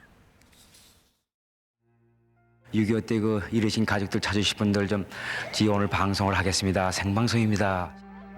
꼭 40년 전 이 작은 시작이 453시간 45분의 생방송으로 이어졌습니다. 지금 말씀드리는 순간 그 상봉을 하는 장면이 있는데 첫 만남의 뜨거운 눈물은 138일간의 감동이 됐습니다. 가족, 그 간절한 이름을 외쳤던 10만 952건의 사연들, 그리고 1189건의 상불. 엄마는 살아계십니다. 엄마 있어. 예. 아유야. 엄마 있어. 전쟁의 참상을 함께 보듬은 1983년. 그 절절한 이야기는 2만 522건의 기록으로 남았습니다. 2015년 유네스코는 이 가슴 아픈 사연들을 세계 기록 유산으로 지정했습니다. 전쟁의 참혹함, 아픔, 고통 이걸 보여주기 때문에 이건 유네스코로서도 굉장히 중요한 기록물입니다. 온 국민을 울린 KBS 특별생방송 이산가족을 찾습니다. 제작에 1,641명이 투입됐고 최고 시청률 78%를 기록했습니다. 이제 이 연속 특별 생방송은 오늘 대단원의 막을 내리지만은 그러나 KBS의 문은 언제든지 활짝 열려 있습니다. 전쟁의 상처까지 끌어안고 치유한 대한민국의 유일한 방송 프로그램으로 남았습니다. KBS 뉴스 이효연입니다. 이처럼 KBS 특별생방송 이산 가족을 찾습니다는 전쟁 등으로 생이별한 가족을 이어주면서 전 국민에게 깊은 감동을 전했습니다. 만 189건의 기적 같은 상봉을 통해 다시 만난 주인공들. 지금은 어떻게 지내고 있을까요? 계속해서 강푸른 기자가 보도합니다. 아버지 엄마 살아있어. 누나를 얼싸안고 만세를 외쳤던 광만영 씨. 3일 동안을 밤잠 못 자고 여기서 했습니다. 아이고 한국 방송은 싼맛이. 저절로 터져나온 외침은 당시 이산 가족들의 심경을 대변하는 한마디로 남았습니다. 아 여기에요? 네 여기요. 여기. 가장 먼저 벽보를 붙였던 서울 여의도 KBS 사옥을 찾아 추억에 잠겼던 것도 벌써 10년 전. 고향 땅을 다시 밟아 두 형을 보는 게 마지막 소원입니다. 남북이 좀 화해가 되고 그러면 평양에도 갈 수 있는데 근데 그것도 안 되고 그래서 지금 실망스러워요. 고향에 가보고 싶으세요, 마지막으로? 그 마지막이지 이제. 저 어렸을 때 있잖아, 이발소집에 맡겨놓고 갔었어요. 예, 맞아요. 날씨가 흐리고요. 예, 맞아요. 오빠! 오빠! 이름도 모르고 살았다는 절규로 심금을 울렸던 허연철, 허연옥 남매. 이 기쁜 소식을 누구한테 전화해 주냐? 부모가 있어야 전하지. 서로의 버팀목이 되어 보낸 세월 동안 병마도 찾아왔지만 먹고 살만하니까 아프다고 파킨슨이라는 좋지 않은 병이 와가지고 참 마음이 많이 아프지. 여전히 자주 안부를 물으며 가깝게 지냅니다. 여러분들의 덕입니다. 그 얘기밖에 없어요. 지금도 얼핏 전화 와요. 건강하시죠? 이렇게 얘기하면 이 사람도 이북 사람이구나. 고향 사람이구나. KBS 뉴스 강푸른입니다. 오늘 7월로 달이 바뀌면서 하반기로 접어들었습니다. 하반기부터는 전세 사기 피해자 지원 대책들이 본격 시행되고 스토킹 범죄 처벌이 강화됩니다. 영화 관람료도 책이나 공연과 같은 조건으로 소득 공제를 받을 수 있습니다. 하반기 달라지는 제도를 공민경 기자가 모아봤습니다. 그동안 전세 사기 피해 주택이 경매에 넘어가 낙찰되면 거주하던 피해자들은 강제 퇴거하는 경우가 발생했습니다. 내일부터는 전세 사기 피해 주택이 경매나 공매에 넘어간 경우 피해자의 우선 매수 권한이 주어지고 낙찰 시 취득세는 면제, 재산세는 3년간 감면됩니다. 만약 직접 낙찰을 원하지 않으면 공공이 매입한 뒤 피해자의 임대주택으로 제공하는 식으로 계속 살 수 있습니다. 9월 말부터는 상습 다주택 채무자의 이름과 나이, 주소 등이 공개됩니다. 승용차 개별소비세 인하 기간이 종료되면서 자동차에 붙는 개별소비세 세율은 다시 5%로 올라갑니다. 오늘부터 신용카드 등으로 영화 관람료를 결제하면 도서와 공연과 동일한 30%의 소득공제를 받습니다. 스토킹 범죄는 피해자가 원하지 않아도 처벌할 수 있게 됩니다. 온라인 스토킹도 스토킹으로 처벌할 수 있게 됩니다.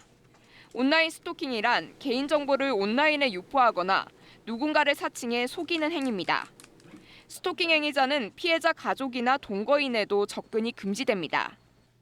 9월 말부터는 환자의 의식이 없는 상태로 수술하는 의료기관은 수술실 내부에 CCTV를 설치해야 하고 환자나 가족 요청 시 수술 장면을 촬영해야 합니다. 관계기관이 요청할 때는 수술 영상을 제공하거나 열람할 수 있게 됩니다. 후쿠시마 오염수 방류로 수입 수산물 안전에 대한 관심이 늘어난 가운데 오늘부터 가리비아 우렁생이, 방어, 전복, 부새도 수산물 원산지 표시 품목에 추가됩니다. KBS 뉴스 공민경입니다. 배고프다며 울먹이는 4살 난 딸을 상습적으로 학대하고 숨지게 한 20대 친모에 대해 법원이 징역 35년을 선고했습니다. 숨졌을 당시 아이의 몸무게는 7kg에 불과할 정도로 영양 결핍 상태였습니다. 재판부도 비인간적 범죄라고 지적했습니다. 이준석 기자가 보도합니다. 엄마 품에 안겨 응급실로 들어오는 4살 난 여자아이. 병원에 온 아이는 이미 숨진 뒤였습니다. 학대를 의심한 병원 측이 즉시 경찰에 신고했고 결국 20대 엄마는 아동 학대 살해 등의 혐의로 구속 기소됐습니다. 재판에서 검찰은 아이는 심각한 영양 결핍 상태였다고 밝혔습니다. 사망 당일에는 20대 엄마가 밥을 달라며 떼를 쓴다는 이유로 아이를 폭행했고 아이가 발작 증상을 일으켰는데도 방치해 목숨을 잃게 했다고 밝혔습니다. 검찰은 친모에게 무기징역을 구형했고 재판부는 친모에게 징역 35년을 선고했습니다. 재판부는 아이가 숨질 당시 키 87cm, 몸무게 7kg도 안 됐다면서 이는 생후 4에서 7개월 아동의 표준 몸무게에 해당한다고 밝혔습니다. 이어 사망 당시 아이는 흡사 미라와 같이 근육은 찾아볼 수 없고 뼈와 살가죽만 남았다고 강조했습니다.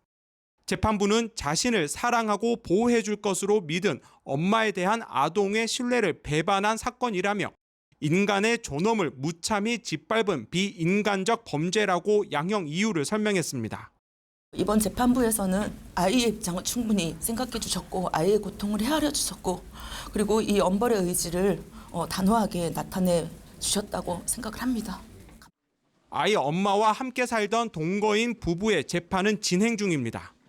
이들은 아이 엄마에게 성매매를 강요하고 아이가 학대당하고 방치됐는데도 이를 방조한 혐의를 받고 있습니다. KBS 뉴스 이준석입니다. 이어서 한국도로공사 연결해 주말 아침 교통 상황 알아보겠습니다. 오늘 고속도로 지방 쪽으로 가장 혼잡한 시간대는 낮 12시 무렵으로 바라봅니다. 오늘도 역시나 강원 지역 오가는 노선들이 붐빌 텐데요. 지난주보다는 교통량이 적겠습니다. 영동선 이용하신다면 경기권에선 둔대나 신갈 주변, 또 강원권에서는 원주 주변 지나기가 특히 어렵겠습니다. 용인시 주변 정체 이미 많이 길어져 있습니다. 50번 영동선 강릉 쪽으로 서용인부터 양지터널까지 쭉 밀리고요. 남양주시 주변 정체도 길어져 60번 서울 양양선은 양양 쪽으로 덕수 3패부터 11km 구간 막힙니다. 화도까지는 40분 정도 예상합니다. 52번 광주 원주선은 정체 자체는 짧지만 원주 쪽으로 초입 구간인 초월터널 부근 정체가 꾸준하고요. 15번 서해안선은 목포 쪽으로 그새 서평택 부근 정체가 늘어 서해대교까지 빠져나가기 어렵습니다. 당진 부근은 보시는 것처럼 아주 완산한 흐름입니다. 전좌석 안전띠 착용 잘해주시고요. 고속도로 교통방송이었습니다.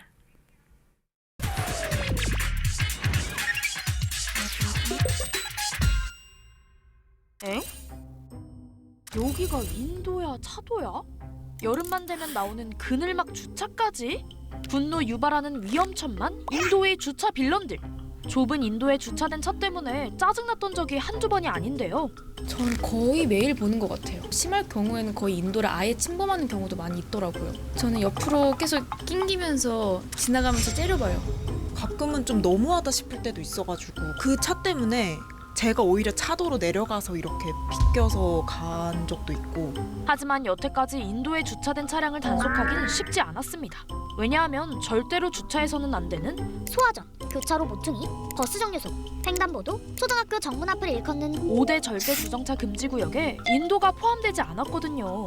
그런데 7월부터 이야기가 조금 달라질 예정인데요. 인도가 절대 주정차 금지 구역에 추가되기 때문입니다. 그래서 인도 불법 주차를 조금은 줄일 수 있는 방법이 생겼다는데요. 바로 인도 불법 주차 주민신고제죠. 그동안 일부 지자체에서만 자체적으로 인도에 불법 주정차하는 차량에 대한 주민신고제를 운영해 왔는데요. 7월부터는 전국으로 확대됩니다. 7월 한 달 동안 계도 기간을 거쳐 8월부터 인도 불법 주정차가 적발되면 과태료 4만 원을 부과하는데요. 스마트폰에 안전신문고 앱을 설치하고 불법 주정차 항목을 클릭해 해당 차량을 촬영해 올리면 됩니다. 주의할 점은 1분 간격으로 번호판이 나오게 같은 구도로 촬영해 2장 올려야 한대요. 특히 1분이라는 시간이 정해진 이유가 있다는데요. 30초 정도라고 한다면 즉시라도 이동 가능한 상황으로 볼 수 있기 때문에 그것까지 신고 대상에 포함시키는 건 다소 민원이 발생될 수 있는 측면입니다. 그러니까 1분 되기 전에 차 빼세요. 또 핸드폰 카메라 앱이 아니라 안전신문고 앱에 있는 카메라로 찍어야 인정된다고 해요. 실시간인지 확인할 수 있는 용도라고 합니다. 처리가 완료되면 문자 메시지나 앱 알림으로 결과가 온다고 합니다. 이렇게 인도에 주차된 차량이 점점 사라지면 너무 좋은데 운전자 입장에서 억울한 점도 있다는데요. 우리나라 주차장이 많지 않기 때문이죠. 번화가나 주택 밀집 지역에 공영 주차장이 더 생길 필요가 있어 보이지만 그렇다고 무작정 인도 위에 주차하는 건 노노노. 인도에서 우리의 통행을 방해하는 또 다른 점. 킥보드, 자전거, 오토바이도 빠질 수 없는데요. 킥보드와 자전거는 안전신문고 앱에서 생활 불편 항목으로 접수하면 지자체별로 수거를 해가고 오토바이는 자동차 교통위반 항목에서 이륜차 위반을 선택해 사진을 찍어 신고하면 된다고 합니다. 긴급 차량이나 위험 상황을 야기하게 되는 장소나 대상들에 대해서 불법 행위를 좀 자행하지 않았으면 하는 그런 바람으로 가급적이면 지정된 주차 장소 이용해서 활용하시면 조금 더. 이랬던 길들이 머지않아 말끔하게 바뀌어서 오직 보행자를 위한 길로 다시 태어나길 바라봅니다.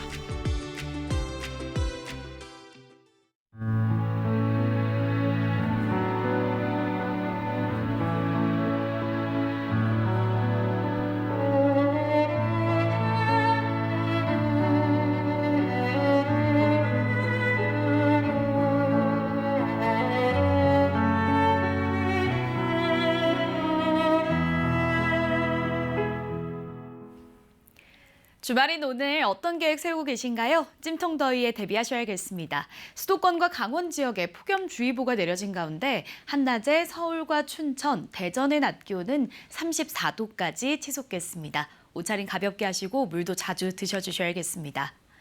지금 정체전선은 제주 남쪽 해상까지 물러나면서 제주에는 낮까지 가끔 비가 내리겠고요. 그 밖에 내륙 지역은 고기압의 영향을 받겠습니다.